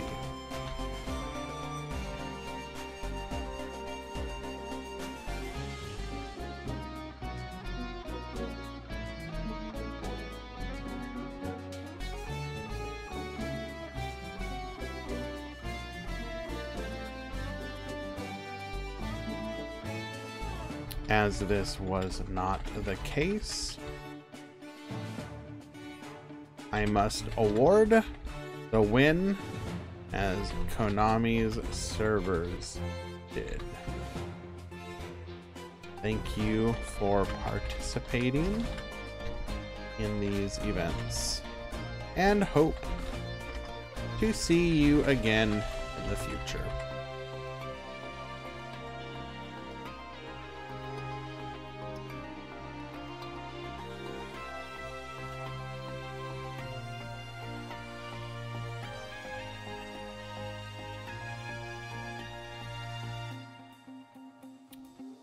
So Manarchist will be our winner. I will say, in the interest of fairness, Luca probably would have won.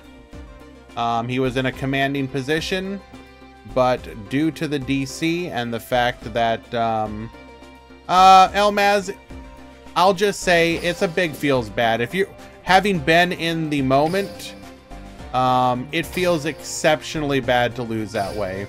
So I don't blame Luca for being upset, nor will I hold it against them.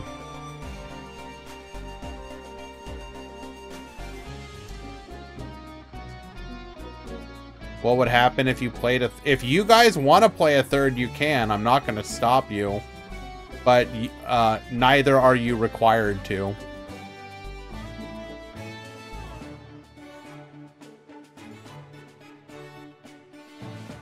Generally speaking, we don't really want to allow this sort of thing, just because a person can feel pressured into doing it.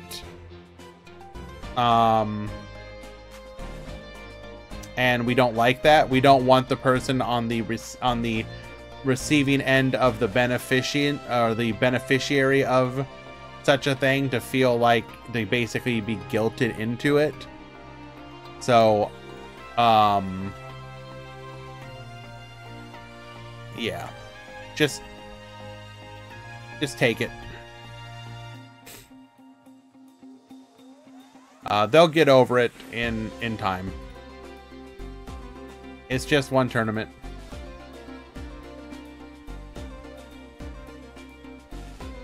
I don't mind if he doesn't, but what do you mean you don't mind if he doesn't? Do we leave it to a stream vote? This isn't a voting situation. This isn't a vote. You don't vote on stuff like this. I'm the head judge. I've made the ruling.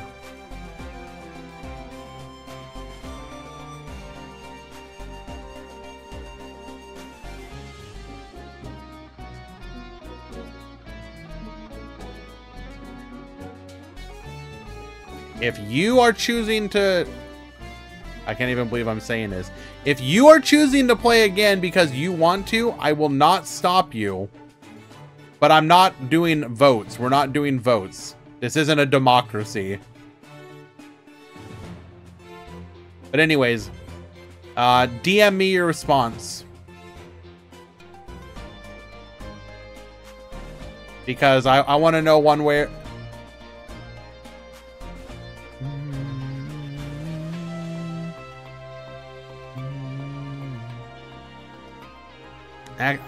I really don't like this. I don't like this.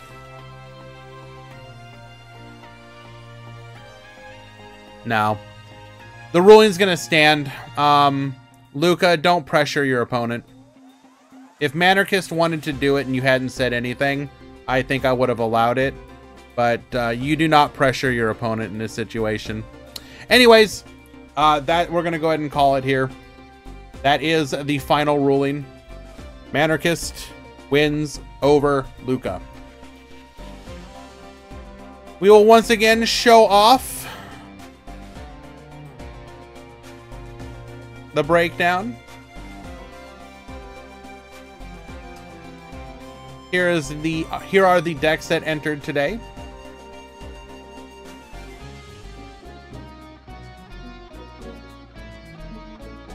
Here is the top 8.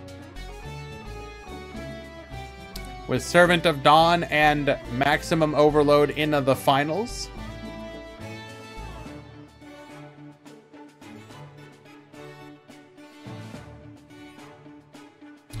I have made my ruling. Pressuring your opponent is not allowed. I will give you an official warning. Don't do that sort of stuff again in the future, please. That right there, by the way, is why the generally speaking, the rule is you don't get to Manarchist, don't worry about it. No. I'll just say this. I shouldn't even have offered it to you, Manarchist. I was doing it just because, like, I don't know. I'm kind of a nice guy when it comes to that kind of stuff. But the actual way to handle this, and the way I should have just done it, you should basically, you always just accept the ruling as it is, because you do not want to be in a situation where you can be guilted into doing something. You should not feel bad that you were on the receiving end of something beneficial. Life happens. It happens. Your opponent DC'd. Unlucky for him. Lucky for you. We move on. We play again next week. So, Don't let this take away from your performance in today's tournament either. You went undefeated up to the finals. And with this win, you now have a 7-0 record with the new Servant of Dawn deck list.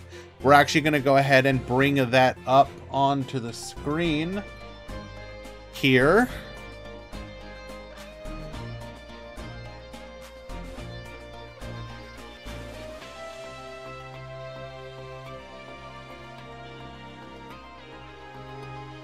Why does Dragius have bullet holes? Because he's from the streets, bro.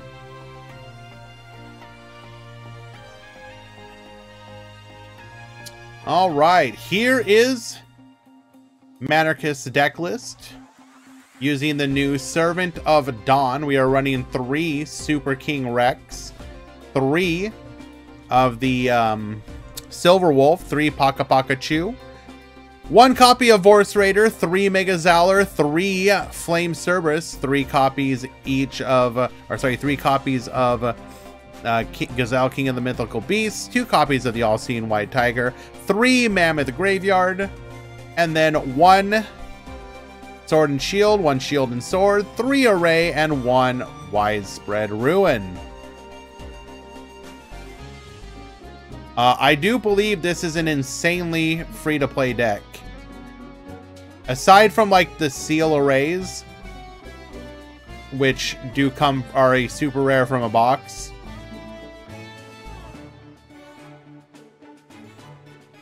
This deck is like super free to play. Because I'm pretty sure this is like the Mega Zalor is a, or not Mega Zalor. The Super King Rex is a ultra rare ticket from PvP, right? Mega Zalor is a drop. You can get the Beast package from this structure deck. If you only have 2 copies of the spell, you can play like a 3rd copy of the All-Seeing White Tiger, for example. Or just another nice tech card.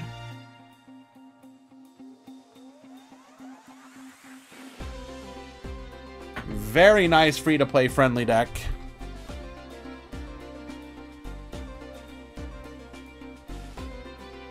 What deck won?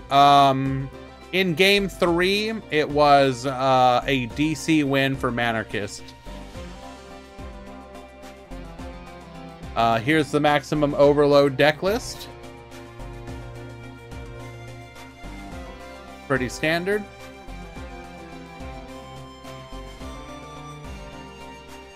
We have Gozu on aggro using Hammer Crush Deal.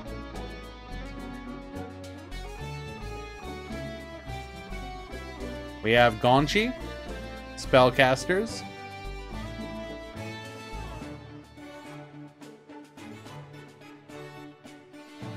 We've got Sora, Spellcasters.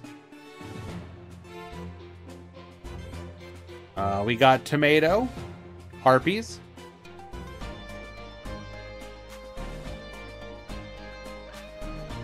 Brad, Spellcasters. Yo, he down with that strange cat, you know what I'm saying?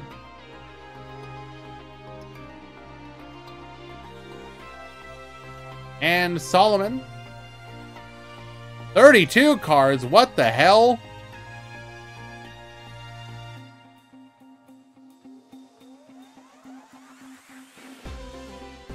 Alrighty. Well done.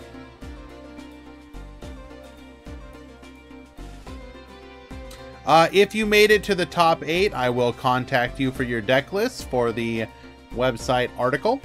If you made it to the grand finals, I will also contact you for your PayPal for the prize. I am also going to do a poll to see if there is better day times for the Rush Duelists. Probably still keep it on Sunday, but I want to see if maybe like a little earlier is better for people. I realize that a lot of people, it's just probably the state of the meta, but my goal is to find a I want to have the best tournaments we can. So I would love your guys' help to figure out how we can do that. So do look forward to a ping in the Discord in the near future. Looking to find solicit opinions. And with that, we're gonna go ahead and bring this to an end. Thank you everyone for hanging out today. Hopefully tonight we will get some more information. It may not happen tonight, but again, we have the sale ending. If I can remove the blocker, we have the sale ending tonight, which makes me hopeful that it might mean that some sort of product is coming out. And if we know it's probably not going to be speed. If product comes out, I guarantee you it's not speed. It would be nice if maybe it was more rush content. So we'll see.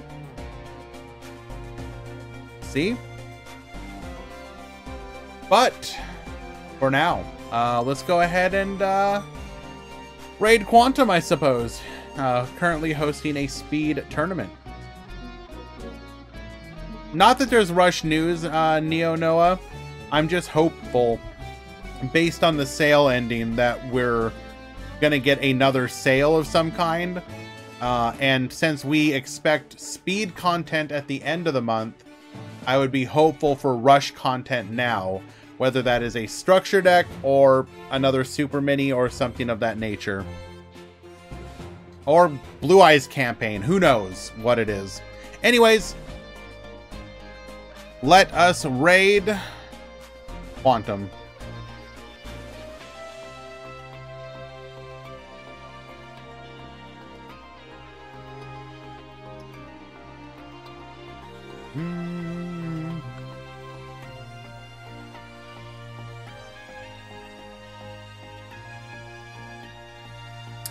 Also, tomorrow, Meta Weekly, Swiss tournament.